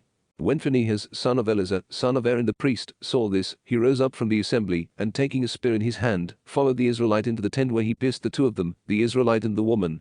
Thus the plague upon the Israelites was checked, but the dead from the plague were 24,000. Then the Lord said to Moses, "Phinehas, son of Eleazar, son of Aaron the priest, has turned my anger from the Israelites by his being as jealous among them as I am. That is why I did not put an end to the Israelites in my jealousy. Announce, therefore, that I hereby give him my covenant of peace, which shall be for him and for his descendants after him, the covenant of an everlasting priesthood, because he was jealous on behalf of his God, and thus made expiation for the Israelites." The name of the slain Israelite, the one slain with the Midianite woman, was Zimri, son of Salu, prince of a Simeonite ancestral house. The name of the slain Midianite woman was Cosbi, daughter of Zer, who was head of a clan, an ancestral house, in Midian. Vengeance on the Midianites. The Lord then said to Moses, "Treat the Midianites as enemies and strike them, for they have been your enemies by the deceitful dealings they had with you regarding Peor and their kinswoman Cosbi, the daughter of a Midianite prince, who was slain at the time of the plague because of Peor." Numbers 26. The second census. After the plague, the Lord said to Moses and Eleazar, son of Aaron the priest, take a census by ancestral houses throughout the community of the Israelites of all those of 20 years or more who are eligible for military service in Israel. So on the plains of Moab along the Jordan at Jericho, Moses and Eleazar the priest enrolled them, those of 20 years or more, as the Lord had commanded Moses. The Israelites who came out of the land of Egypt were as follows. Reuben, the firstborn of Israel. The descendants of Reuben by their clans were, through Hanich, the clan of the Hanachites, through Palu, the clan of the Paluites, through Hezron, the clan of the Hezronites, through Carmi, the clan of the Carmites. These were the clans of the Reubenites, and those enrolled numbered 43,730. From Palu descended Eliab. The sons of Eliab were Nemuel, Dathan, and Abram, the same Dathan and Abram, ones designated by the community, who contended with Moses and Aaron as part of Korah's faction when they contended with the Lord. The earth opened its mouth and swallowed them, along with Korah, as a warning. The faction was destroyed when the fire consumed 250 men. The descendants of Korah, however, did not die out. The descendants of Simeon by clans were, through Nemuel, the clan of the Nemuelites, through Jamin, the clan of the Jaminites, through Jachin, the clan of the Jachinites, through Zerah, the clan of the Zerahites, through Shaul, the clan of the Shaulites. These were the clans of the Simeonites, 22,200. The descendants of Gad by clans were, through Zephon, the clan of the Zephonites, through Haggi, the clan of the Haggites, through Shuni, the clan of the Shunites, through Ozni, the clan of the Oznites, through Eri, the clan of the Erites, through Rod, the clan of the Aradites, through Reli, the clan of the Aralites. These were the clans of the descendants of Gad, of whom there were enrolled 40,500. The sons of Judah were and Onan. And Onan died in the land of Canaan. The descendants of Judah by their clans were, through Shelah, the clan of the Shelahites, through Perez, the clan of the Perizzites, through Zerah, the clan of the Zerahites. The descendants of Perez were, through Hezron, the clan of the Hezronites, through Hamul, the clan of the Hamulites. These were the clans of Judah, of whom there were enrolled 76,500. The descendants of Issachar by their clans were, through Tola, the clan of the Tolaites, through Puvah, the clan of the Puvahites, through Jashub, the clan of the Jashubites, through Shimon, the clan of the Shimonites. These were the clans of Issachar, of whom there were enrolled 64,300. The descendants of Zebulun by their clans were, through Serd, the clan of the Seredites, through Elon, the clan of the Elonites, through Jolil, the clan of the Jolilites. These were the clans of the Zebulunites, of whom there were enrolled 60,500. The sons of Joseph were Manasseh and Ephraim. The descendants of Manasseh by clans were, through Machir, the clan of the Machirites. Now Machir begot Gilead. Through Gilead, the clan of the Gileadites. The descendants of Gilead were, through Iezer, the clan of the Ezrites, through Helek, the clan of the Helekites, through Azriel, the clan of the Israelites, through Shechem, the clan of the Shechemites, through Shemida, the clan of the Shemedites, through Hepher, the clan of the Hepherites. As for Zelophehad, son of Hepher, he had no sons, but only daughters. The names of the daughters of Zelophehad were Mahlah, Noah, Hoglah, Milcah and Tirzah. These were the clans of Manasseh, and those enrolled numbered 52,700. These were the descendants of Ephraim by their clans. Through Shethelah, the clan of the Shethelahites, through Becher, the clan of the Becherites, through Tahan, the clan of the Tahanites. These were the descendants of Shethelah. Through Aaron, the clan of the Aaronites. These were the clans of the Ephraimites, of whom there were enrolled 32,500. These were the descendants of Joseph by their clans. The descendants of Benjamin by their clans were, through Bela, the clan of the Belites, through Ashbel, the clan of the Ashbelites, through Ahiram, the clan of the Ahiramites, through Shupham, the clan of the Shuphamites, through Hupham, the clan of the Huphamites. The sons of Bela were Ard and Naaman. Through Ard, the clan of the Ardites, through Naaman, the clan of the Naamites. These were the descendants of Benjamin by their clans, of whom there were enrolled 45,600. These were the descendants of Dan by their clans. Through Shuham, the clan of the Shuhamites. These were the clans of Dan, of whom there were enrolled 64,400. The descendants of Asher by their clans were, through Imnah, the clan of the Imnites, through Ishvi, the clan of the Ishvites, through Beriah, the clan of the Beriites, through Heber, the clan of the Heberites, through Malchiel, the clan of the Malchielites. The name of Asher's daughter was Serah. These were the clans of the descendants of Asher, of whom there were enrolled 53,400. The descendants of Naphtali by their clans were, through Jaziel, the clan of the Jazelites, through Guni, the clan of the Gunites, through Jezer, the clan of the Jezerites, through Shillem, the clan of the Shillemites. These were the clans of Naphtali, of whom there were enrolled 45,400. These were the Israelites who were enrolled, 601,730. Allotment of the land. The Lord said to Moses, among these the land shall be divided as the heritage, in keeping with the number of people named. To a large tribe you shall assign a large heritage, to a small tribe a small heritage, each receiving its heritage in proportion to the number enrolled in it. But the land shall be divided by lot, all inheriting according to the lists of their ancestral tribes. As the lot falls, the heritage of each tribe, large or small, will be assigned. Census of the Levites. These were the Levites enrolled by clans. Through Gershon, the clan of the Gershonites; through Kohath, the clan of the Kohathites; through Merari, the clan of the Merarites. These were clans of Levi. The clan of the Libnites, the clan of the Hebronites, the clan of the Mahlites, the clan of the Mushites, the clan of the Korahites. Now Kohath begot Amram, whose wife was named Jochebed. She was the daughter of Levi, born to Levi in Egypt. To Amram she bore Aaron and Moses and Miriam their sister. To Aaron were born Nadab and Abihu, Eleazar and Ithamar. But Nadab and Abihu died when they offered unauthorized fire before the Lord. The Levites enrolled were 23,000, every male 1 month or more of age. They were not enrolled with the other Israelites, however, for no heritage was given them among the Israelites. These, then, were those enrolled by Moses and Eleazar the priest, when they enrolled the Israelites on the plains of Moab along the Jordan at Jericho. Among them there was not one of those who had been enrolled by Moses and Aaron the priest, when they enrolled the Israelites in the wilderness of Sinai. For the Lord had told them that they would surely die in the wilderness, and not one of them was left except Caleb, son of Jephunneh, and Joshua, son of Nun. Numbers 27. Zelophehad's daughters. The daughters of Zelophehad, son of Hepher, son of Gilead, son of Machir, son of Manasseh, came forward. Zelophehad belonged to the clans of Manasseh, son of Joseph. The names of his daughters were Mahlah, Noah, Hoglah, Milcah and Tirzah. Standing before Moses, Eleazar the priest, the princes, and the whole community at the entrance of the tent of meeting, they said, "Our father died in the wilderness. Although he did not join the faction of those who conspired against the Lord, Korah's faction, he died for his own sin without leaving any sons. But why should our father's name be cut off from his clan merely because he had no son? Give us land among our father's kindred." Laws concerning heiresses. So Moses laid their case before the Lord, and the Lord said to him, "The plea of Zelophehad's daughters is just. You shall give them hereditary land among their father's kindred, and transfer their father's heritage to them. Tell the Israelites, if a man dies without leaving a son, you shall transfer his heritage to his daughter. If he has no daughter, you shall give his heritage to his brothers. If he has no brothers, you shall give his heritage to his father's brothers. If his father had no brothers, you shall give his heritage to his nearest relative in his clan, who shall then take possession of it." This will be the statutory procedure for the Israelites, as the Lord commanded Moses. Joshua to succeed Moses. The Lord said to Moses, "Go up into this mountain of the Abram range and view the land that I have given to the Israelites. When you have viewed it, you will be gathered to your people, as was Aaron your brother. For in the rebellion of the community in the wilderness of Zin, you both rebelled against my order to acknowledge my holiness before them by means of the water. These were the waters of Meribah of Kadesh in the wilderness of Zin." Then Moses said to the Lord, "May the Lord, the God of the spirits of all humanity, set over the community someone who will be their leader in battle, and who will lead them out and bring them in, that the Lord's community may not be like sheep without a shepherd." And the Lord replied to Moses, "Take Joshua, son of Nun, a man of spirit, and lay your hand upon him. Have him stand before Eleazar the priest and the whole community, and commission him in their sight. Invest him with some of your own power, that the whole Israelite community may obey him.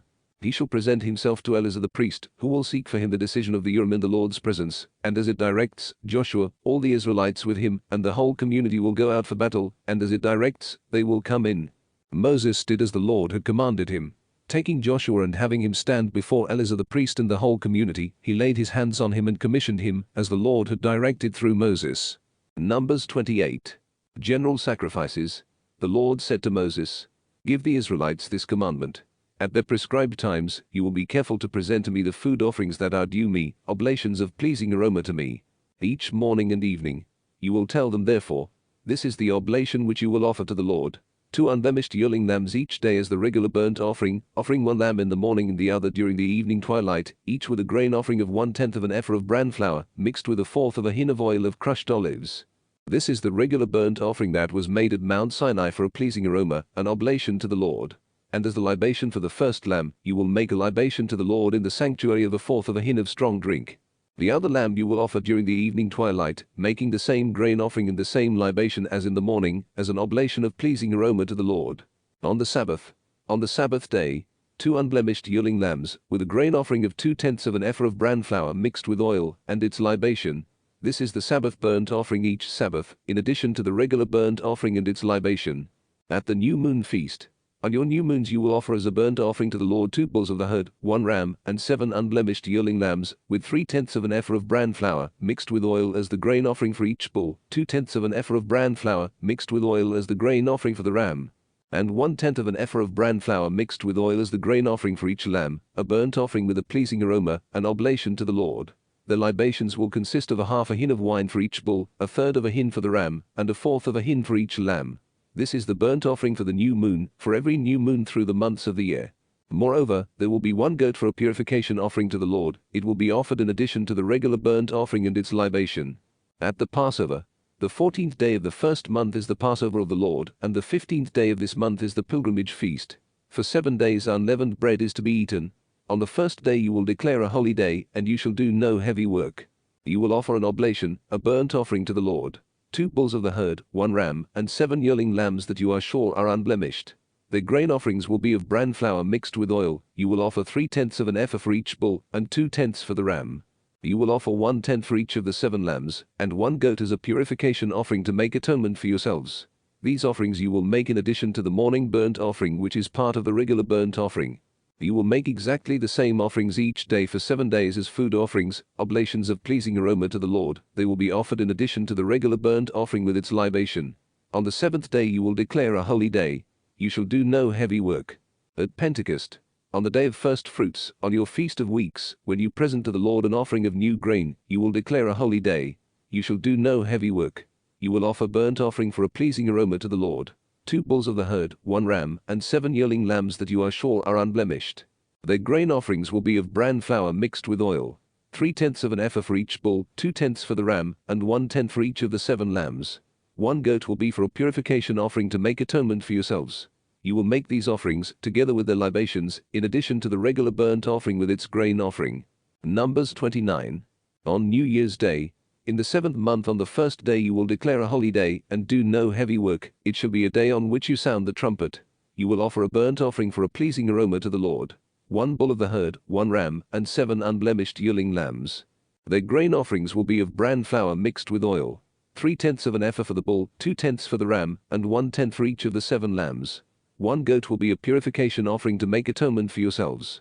These are in addition to the burnt offering for the new moon with its grain offering, and in addition to the regular burnt offering with its grain offering, together with the libations prescribed for them, for a pleasing aroma, an oblation to the Lord.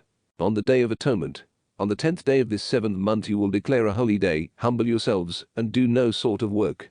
You will offer a burnt offering to the Lord, a pleasing aroma. 1 bull of the herd, 1 ram, and 7 yearling lambs that you are sure are unblemished. Their grain offerings of bran flour mixed with oil. 3/10 of an ephah for the bull, 2/10 for the 1 ram, and 1/10 for each of the 7 lambs. 1 goat will be a purification offering. These are in addition to the purification offering for purging, the regular burnt offering with its grain offering, and their libations. On the Feast of Booths, on the 15th day of the 7th month you will declare a holy day. You shall do no heavy work. For the following 7 days you will celebrate a pilgrimage feast to the Lord. You will offer a burnt offering, an oblation of pleasing aroma to the Lord. 13 bulls of the herd, 2 rams, and 14 yearling lambs that are unblemished. Their grain offerings will be of bran flour mixed with oil.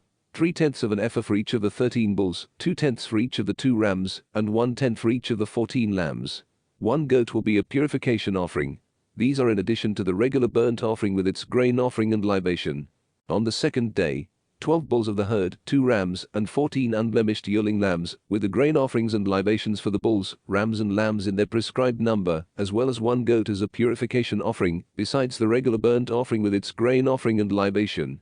On the 3rd day, 11 bulls, 2 rams, and 14 unblemished yearling lambs, with the grain offerings and libations for the bulls, rams and lambs in their prescribed number, as well as 1 goat for a purification offering, besides the regular burnt offering with its grain offering and libation. On the 4th day, 10 bulls, 2 rams, and 14 unblemished yearling lambs, the grain offerings and libations for the bulls, rams and lambs in their prescribed number, as well as 1 goat as a purification offering, besides the regular burnt offering, its grain offering and libation. On the 5th day, 9 bulls, 2 rams, and 14 unblemished yearling lambs, with the grain offerings and libations for the bulls, rams and lambs in their prescribed number, as well as 1 goat as a purification offering, besides the regular burnt offering with its grain offering and libation. On the 6th day, 8 bulls, 2 rams, and 14 unblemished yearling lambs, with the grain offerings and libations for the bulls, rams and lambs in their prescribed number, as well as 1 goat as a purification offering, besides the regular burnt offering, its grain offering and libation. On the 7th day, 7 bulls, 2 rams, and 14 unblemished yearling lambs, with the grain offerings and libations for the bulls, rams and lambs in their prescribed number, as well as 1 goat as a purification offering, besides the regular burnt offering, its grain offering and libation. On the 8th day you will hold a public assembly. You shall do no heavy work. You will offer a burnt offering, an oblation of pleasing aroma to the Lord. 1 bull, 1 ram, and 7 unblemished yearling lambs, with the grain offerings and libations for the bulls, rams and lambs in their prescribed number, as well as 1 goat as a purification offering, besides the regular burnt offering with its grain offering and libation. These are the offerings you will make to the Lord on your festivals, besides your votive or voluntary offerings of burnt offerings, grain offerings, libations, and communion offerings. Numbers 30. So Moses instructed the Israelites exactly as the Lord had commanded him. Validity and annulment of vows. Moses said to the heads of the Israelite tribes, "This is what the Lord has commanded. When a man makes a vow to the Lord or binds himself under oath to a pledge, he shall not violate his word, but must fulfill exactly the promise he has uttered. When a woman makes a vow to the Lord, or binds herself to a pledge, while still in her father's house in her youth, and her father learns of her vow or the pledge to which she bound herself and says nothing to her about it, then any vow or any pledge to which she bound herself remains valid. But if on the day he learns of it her father opposes her, then any vow or any pledge to which she bound herself becomes invalid, and the Lord will release her from it, since her father opposed her. If she marries while under a vow or under a rash pledge to which she bound herself, and her husband learns of it, yet says nothing to her on the day he learns it, then the vows or the pledges to which she bound herself remain valid. But if on the day her husband learns of it he opposes her, he thereby annuls the vow she had made, or the rash pledge to which she had bound herself, and the Lord will release her from it. The vow of a widow or of a divorced woman, however, any pledge to which such a woman binds herself, is valid. If it is in her husband's house that she makes a vow or binds herself under oath to a pledge, and her husband learns of it yet says nothing to her to oppose her, then all her vows remain valid or any pledge to which she has bound herself. But if on the day he learns of them her husband annuls them, then whatever she has expressly promised in her vows or in her pledge becomes invalid, since her husband has annulled them, the Lord will release her from them. Any vow or any pledge that she makes under oath to humble herself, her husband may either confirm or annul. But if her husband, day after day, says nothing at all to her, he thereby confirms all her vows or all the pledges incumbent upon her. He has confirmed them, because on the day he learned of them, he said nothing to her. If, however, he annuls them some time after he first learned of them, he will be responsible for her guilt. These are the statutes which the Lord commanded Moses concerning a husband and his wife, as well as a father and his daughter, while she is still in her youth in her father's house. Numbers 31. Campaign against the Midianites. The Lord said to Moses, "Avenge the Israelites on the Midianites, and then you will be gathered to your people." So Moses told the people, "Arm some men among you for the campaign, to attack Midian and to execute the Lord's vengeance on Midian. From each of the tribes of Israel you will send 1,000 men to the campaign." From the contingents of Israel, therefore, 1,000 men of each tribe were levied, so that there were 12,000 men armed for war. Moses sent them out on the campaign, 1,000 from each tribe, with Phinehas, son of Eleazar, the priest for the campaign, who had with him the sacred vessels and the trumpets for sounding the alarm. They waged war against the Midianites, as the Lord had commanded Moses, and killed every male. Besides those slain in battle, they killed the kings of Midian, Evi, Rechem, Zur, Hur and Reba, the 5 kings of Midian, and they also killed Balaam, son of Beor, with a sword. But the Israelites took captive the women of the Midianites with their children, and all their herds and flocks and wealth as loot, while they set on fire all the towns where they had settled and all their encampments. Then they took all the plunder, with the people and animals they had captured, and brought the captives, together with the spoils and plunder, to Moses and Eleazar the priest, and to the Israelite community at their camp on the plains of Moab by the Jordan opposite Jericho. Treatment of the captives. When Moses and Eleazar the priest, with all the leaders of the community, went outside the camp to meet them, Moses became angry with the officers of the army, the commanders of thousands and the commanders of hundreds, who were returning from the military campaign. "So you have spared all the women?" he exclaimed. "These are the very ones who on Balaam's advice were behind the Israelites' unfaithfulness to the Lord in the affair at Peor, so that plague struck the Lord's community. Now kill, therefore, every male among the children and kill every woman who has had sexual relations with a man. But you may spare for yourselves all the girls who have not had sexual relations." Purification after combat. Moreover, remain outside the camp for 7 days. Every one of you who has killed anyone or touched someone killed will purify yourselves on the 3rd, and on the 7th day both you and your captives. You will also purify every garment, every article of leather, everything made of goat's hair, and every article of wood." Eleazar the priest told the soldiers who had taken part in the battle, "This is the prescribed ritual which the Lord has commanded Moses.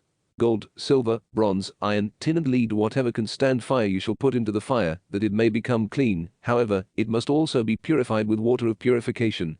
But whatever cannot stand fire you must put into the water. On the seventh day you will wash your garments, and then you will again be clean. After that you may enter the camp." Division of the spoils. The Lord said to Moses, "With the help of Eleazar the priest and of the heads of the ancestral houses of the community, inventory all the spoils captured, human being and beast alike, then divide the spoils between the warriors who went on the campaign and the whole community. You will levy a tax for the Lord on the soldiers who went on the campaign. 1 out of every 500 persons, oxen, donkeys and sheep. From their half you will take it and give it to Eleazar the priest as a contribution to the Lord. From the Israelites half you will take 1 captive from every 50 human beings, oxen, donkeys, and sheep, all the animals, and give them to the Levites, who perform the duties of the Lord's tabernacle." So Moses and Eleazar the priest did this, as the Lord had commanded Moses. Amount of the plunder. This plunder, what was left of the loot which the troops had taken, amounted to 675,000 sheep, 72,000 oxen, 61,000 donkeys, and 32,000 women who had not had sexual relations. The half share that fell to those who had gone out on the campaign was in number 337,500 sheep, of which 675 fell as tax to the Lord, 36,000 oxen, of which 72 fell as tax to the Lord, 30,500 donkeys, of which 61 fell as tax to the Lord, and 16,000 persons, of whom 32 persons fell as tax to the Lord. Moses gave the taxes contributed to the Lord to Eleazar the priest, exactly as the Lord had commanded Moses. As for the Israelites' half, which Moses had taken from the men who had fought, the community's half was 337,500 sheep, 36,000 oxen, 30,500 donkeys, and 16,000 persons. From the Israelites' half, Moses took 1 captive from every 50, from human being and beast alike, and gave them to the Levites, who performed the duties of the Lord's tabernacle, exactly as the Lord had commanded Moses. Gifts of the officers. Then those who were officers over the contingents of the army, commanders of thousands and commanders of hundreds, came up to Moses and said to him, "Your servants have counted the soldiers under our command, and not one of us is missing.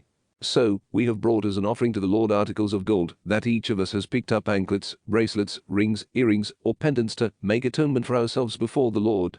Moses and Eleazar the priest accepted the gold from them, all fashioned pieces. The gold that was given as a contribution to the Lord from the commanders of thousands and the commanders of hundreds amounted in all to 16,750 shekels. What the common soldiers had looted each one kept for himself. So Moses and Eleazar the priest accepted the gold from the commanders of thousands and of hundreds, and put it in the tent of meeting as a reminder on behalf of the Israelites before the Lord. Numbers 32. Request of Gad and Reuben. Now the Reubenites and Gadites had a very large number of livestock. Noticing that the land of Jazer and of Gilead was a place suited to livestock, the Gadites and Reubenites came to Moses and Eleazar the priest, and to the leaders of the community, and said, "The region of Ataroth, Dibon, Jazer, Nimrah, Heshbon, Eleleh, Sebam, Nebo and Baal-meon, the land which the Lord has laid low before the community of Israel, is a land for livestock, and your servants have livestock." They continued, "If we find favor with you, let this land be given to your servants as their possession. Do not make us cross the Jordan." Moses' rebuke. But Moses answered the Gadites and Reubenites, "Are your kindred, then, to go to war, while you remain here? Why do you wish to discourage the Israelites from crossing to the land the Lord has given them? That is just what your ancestors did when I sent them from Kadesh Barnea to reconnoiter the land. They went up to the Wadi Eshcol and reconnoitered the land, then so discouraged the Israelites that they would not enter the land the Lord had given them. At that time the anger of the Lord flared up, and he swore, 'None of the men 20 years old or more who have come up from Egypt will see the land I promised under oath to Abraham and Isaac and Jacob, because they have not followed me unreservedly, except the Kenizzite Caleb, son of Jephunneh, the Kenizzite, and Joshua, son of Nun, since they have followed the Lord unreservedly.'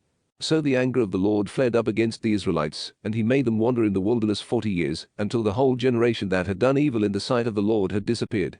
And now here you are, offspring of sinful stock, rising up in your ancestors' place to add still more to the Lord's blazing anger against the Israelites.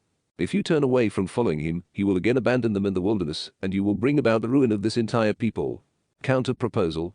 But they approached him and said, "We will only build sheepfolds here for our flocks and towns for our families, but we ourselves will march as troops in the vanguard before the Israelites, until we have led them to their destination. Meanwhile our families will remain in the fortified towns because of the land's inhabitants." We will not return to our homes until all the Israelites have taken possession of their heritage.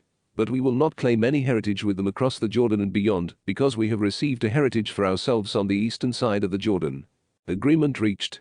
Moses said to them in reply, "If you do this, if you march as troops before the Lord into battle and cross the Jordan in full force before the Lord until he has driven his enemies out of his way and the land is subdued before the Lord, then you may return here, free from every obligation to the Lord and to Israel, and this land will be your possession before the Lord.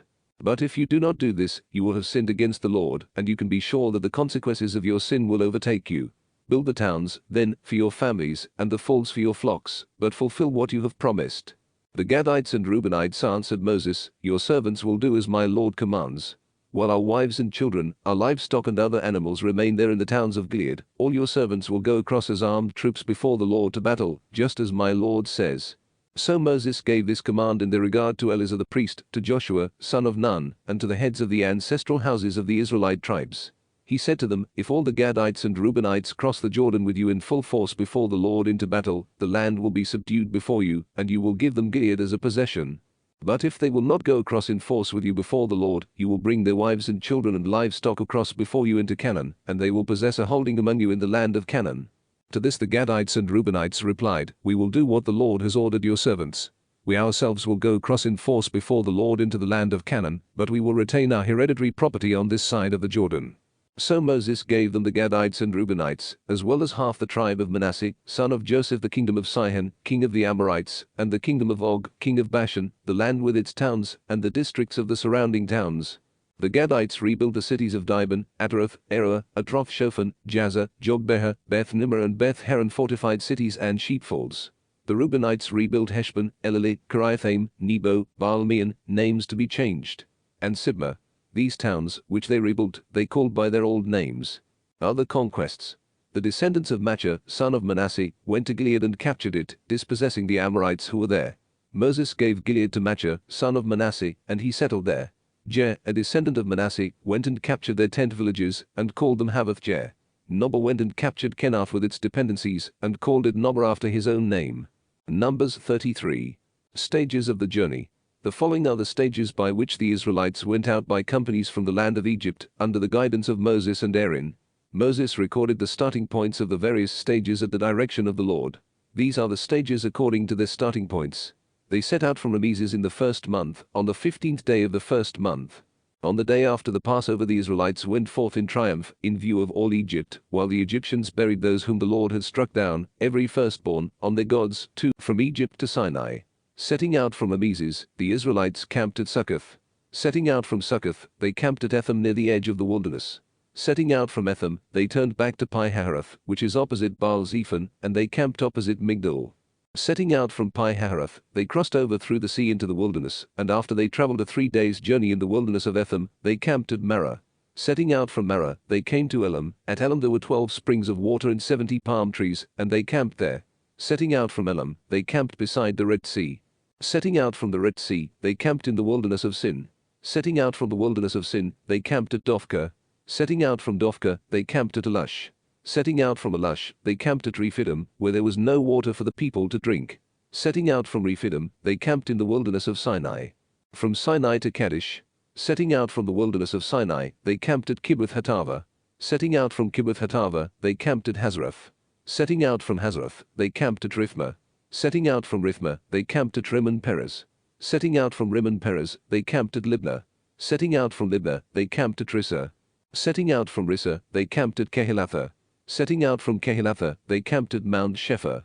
Setting out from Mount Shephar, they camped at Haradah. Setting out from Haradah, they camped at Machalath. Setting out from Machalath, they camped at Tahath. Setting out from Tahath, they camped at Terah. Setting out from Terah, they camped at Mithkah. Setting out from Mithkah, they camped at Hishmonah. Setting out from Hishmonah, they camped at Mosereth. Setting out from Mosereth, they camped at Ben-Jaakan.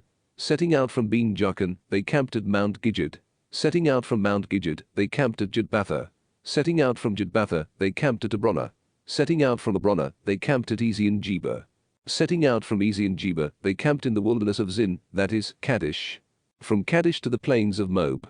Setting out from Kadesh, they camped at Mount Hor on the border of the land of Edom. Aaron the priest ascended Mount Hor at the Lord's direction, and there he died in the 40th year after the departure of the Israelites from the land of Egypt, on the first day of the 5th month. Aaron was 123 years old when he died on Mount Hor. When the Canaanite, the king of Arad, who ruled over the Negeb in the land of Canaan, heard that the Israelites were coming, setting out from Mount Hor, they camped at Zalmonah. Setting out from Zalmonah, they camped at Punon. Setting out from Punon, they camped at Oboth. Setting out from Oboth, they camped at Iye-Abram on the border of Moab. Setting out from Iye-Abram, they camped at Dibon-Gad. Setting out from Dibon-Gad, they camped at Almon-Diblathaim. Setting out from Almon-Diblathaim, they camped in the Abram range opposite Nebo. Setting out from the Abram range, they camped on the plains of Moab by the Jordan opposite Jericho. They camped by the Jordan on the plains of Moab extended from Beth-Jeshimoth to Abel-Shittim. Conquest and division of Canaan. The Lord spoke to Moses on the plains of Moab by the Jordan opposite Jericho. Speak to the Israelites and say to them, when you go across the Jordan into the land of Canaan, dispossess all the inhabitants of the land before you, destroy all their stone figures, destroy all their you will take possession of the land and settle in it, for I have given you the land to possess. You will apportion the land among yourselves by lot, clan by clan, assigning a large heritage to a large clan, and a small heritage to a small clan. Wherever anyone's lot falls, there will his possession be. You will apportion these shares within your ancestral tribe. But if you do not dispossess the inhabitants of the land before you, those whom you allow to remain will become barbs in your eyes and thorns in your sides, and they will harass you in the land where you live, and I will treat you as I had intended to treat them. Numbers 34. The boundaries. The Lord spoke to Moses. Give the Israelites this order. When you enter the land of Canaan, this is the territory that shall fall to you as your heritage, the land of Canaan with its boundaries. Your southern boundary will be at the wilderness of Zin along the border of Edom. On the east, your southern boundary will begin at the end of the Salt Sea. Then your boundary will turn south of the Akrabim Pass and cross Zin. Terminating south of Kadesh Barnea, it extends to Hazer Adar and crosses to Asman. Then the boundary will turn from Asman to the Wadi of Egypt and terminate at the sea. For your western boundary you will have the Great Sea with its coast. This will be your western boundary. This will be your boundary on the north. From the Great Sea you will draw a line to Mount Hor, and draw it from Mount Hor to Lebo Hamath, with the boundary terminating at Zedad. Then the boundary extends to Ziphron and terminates at Hazer Enan. This will be your northern boundary. For your eastern boundary you will draw a line from Hazer Enan to Shephem. From Shephem the boundary will go down to Riblah east of Ain, and descending further, the boundary will strike the ridge on the east side of the Sea of Chinnereth. Then the boundary will descend along the Jordan and terminate with the Salt Sea. This will be your land, with the boundaries that surround it. Moses also gave this order to the Israelites. This is the land, to be apportioned among you by lot, which the Lord has commanded to be given to the 9½ tribes. For the tribe of the Reubenites according to their ancestral houses, and the tribe of the Gadites according to their ancestral houses, as well as half of the tribe of Manasseh, have already received their heritage. These 2½ tribes have received their heritage across the Jordan opposite Jericho, in the east, toward the sunrise. Supervisors of the allotment. The Lord spoke to Moses. These are the names of the men who shall apportion the land among you. Eleazar the priest, and Joshua, son of Nun, and you will designate one leader from each of the tribes to apportion the land. These are the names of the men. From the tribe of Judah, Caleb, son of Jephunneh. From the tribe of the Simeonites, Samuel, son of Ammihud. From the tribe of Benjamin, Elidad, son of Chislon. From the tribe of the Danites, Elida, Baki, son of Jogli. For the descendants of Joseph, from the tribe of the Manassites, Elida, Haniel, son of Ephod, and from the tribe of the Ephraimites, Elida, Kemuel, son of Shiptan. From the tribe of the Zebulunites, Elida, Elizaphan, son of Parnich. From the tribe of the Issacharites, Elida, Portiel, son of Azan. From the tribe of the Asherites, Elida, Ahihud, son of Shalomi. From the tribe of the Naphtalites, Elida, Pedahel, son of Ammihud. These are the ones whom the Lord commanded to apportion to the Israelites their heritage in the land of Canaan. Numbers 35. Cities for the Levites. The Lord spoke to Moses on the plains of Moab by the Jordan opposite Jericho. Command the Israelites out of the heritage they possess to give the Levites cities to dwell in. You will also give the Levites the pasture lands around the cities. The cities will be for them to dwell in, and the pasture lands will be for their cattle, their flocks, and all their other animals. The pasture lands of the cities to be assigned the Levites shall extend 1,000 cubits out from the city walls in every direction. You will measure out 2,000 cubits outside the city along the east side, 2,000 cubits along the south side, 2,000 cubits along the west side, and 2,000 cubits along the north side, with the city lying in the center. These will be the pasture lands of their cities. Now these are the cities you will give to the Levites. the 6 cities of asylum which you must establish for the homicide to run to, and in addition 42 other cities, a total of 48 cities with their pastoral lands which you will assign to the Levites. In assigning the cities from what the Israelites possess, take more from a larger group and fewer from a smaller one, so that each will cede cities to the Levites in proportion to the heritage which it receives. Cities of asylum. The Lord spoke to Moses, "Speak to the Israelites and say to them, when you go across the Jordan into the land of Canaan, select for yourselves cities to serve as cities of asylum, where a homicide who has killed someone inadvertently may flee. These cities will serve you as places of asylum from the avenger of blood, so that a homicide will not be put to death until tried before the community. As for the cities you assign, you will have 6 cities of asylum. You will designate 3 cities beyond the Jordan, and you will designate 3 cities in the land of Canaan. These will be cities of asylum. These 6 cities will serve as places of asylum for the Israelites, and for the resident or transient aliens among them, so that anyone who has killed a person inadvertently may flee there. Murder and manslaughter. If someone strikes another with an iron instrument and causes death, that person is a murderer, and the murderer must be put to death. If someone strikes another with a death-dealing stone in the hand and death results, that person is a murderer, and the murderer must be put to death. Or if someone strikes another with a death-dealing club in the hand and death results, that person is a murderer, and the murderer must be put to death. The avenger of blood is the one who will kill the murderer, putting the individual to death on sight. If someone pushes another out of hatred, or throws something from an ambush and death results, or strikes another with a hand out of enmity and death results, the assailant must be put to death as a murderer. The avenger of blood will kill the murderer on sight.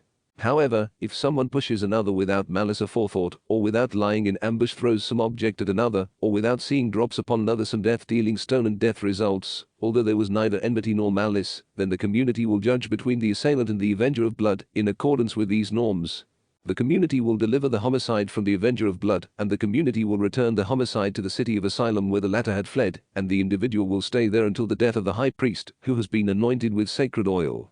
If the homicide leaves at all the bounds of the city of asylum to which flight had been made, and is found by the avenger of blood beyond the bounds of the city of asylum, and the avenger of blood kills the homicide, the avenger incurs no blood guilt, for the homicide was required to stay in the city of asylum until the death of the high priest. Only after the death of the high priest may the homicide return to the land of the homicide's possession. This is the statute for you throughout all your generations, wherever you live, for rendering judgment. Judgment. Whenever someone kills another, the evidence of witnesses is required to kill the murderer. A single witness does not suffice for putting a person to death. No indemnity. You will not accept compensation in place of the life of a murderer who deserves to die, but that person must be put to death. Nor will you accept compensation to allow one who has fled to a city of asylum to return to live in the land before the death of the high priest. You will not pollute the land where you live. For bloodshed pollutes the land, and the land can have no expiation for the blood shed on it, except through the blood of the one who shed it. Do not defile the land in which you live, and in the midst of which I dwell, for I the Lord dwell in the midst of the Israelites. Numbers 36. Inheritance of daughters. The heads of the ancestral houses in a clan of the descendants of Gilead, son of Machir, son of Manasseh, one of the Josephite clans, came up and spoke before Moses and Eleazar the priest, and before the leaders who were the heads of the ancestral houses of the Israelites. They said, "The Lord commanded my Lord to apportion the land by lot for a heritage among the Israelites, and my Lord was commanded by the Lord to give the heritage of Zelophehad our kinsman to his daughters. But if they marry into one of the other Israelite tribes, their heritage will be withdrawn from our ancestral heritage, and will be added to that of the tribe into which they marry. Thus the heritage that fell to us by lot will be diminished. When the Israelites celebrate the Jubilee year, the heritage of these women will be added to that of the tribe into which they marry, and their heritage will be withdrawn from that of our ancestral tribe." So Moses commanded the Israelites at the direction of the Lord. The tribe of the Josephites are right in what they say. This is what the Lord commands with regard to the daughters of Zelophehad. They may marry anyone they please, provided they marry into a clan of their ancestral tribe, so that no heritage of the Israelites will pass from one tribe to another. But all the Israelites will retain their own ancestral heritage. Every daughter who inherits property in any of the Israelite tribes will marry someone belonging to a clan of her own ancestral tribe, in order that all the Israelites may remain in possession of their own ancestral heritage. Thus, no heritage will pass from one tribe to another, but all the Israelite tribes will retain their own ancestral heritage. The daughters of Zelophehad did exactly as the Lord commanded Moses. Mahlah, Tirzah, Hoglah, Milcah and Noah, Zelophehad's daughters, married sons of their uncles on their father's side. They married within the clans of the descendants of Manasseh, son of Joseph, hence their heritage remained in the tribe of their father's clan. Conclusion. These are the commandments and decisions which the Lord commanded the Israelites through Moses, on the plains of Moab beside the Jordan opposite Jericho.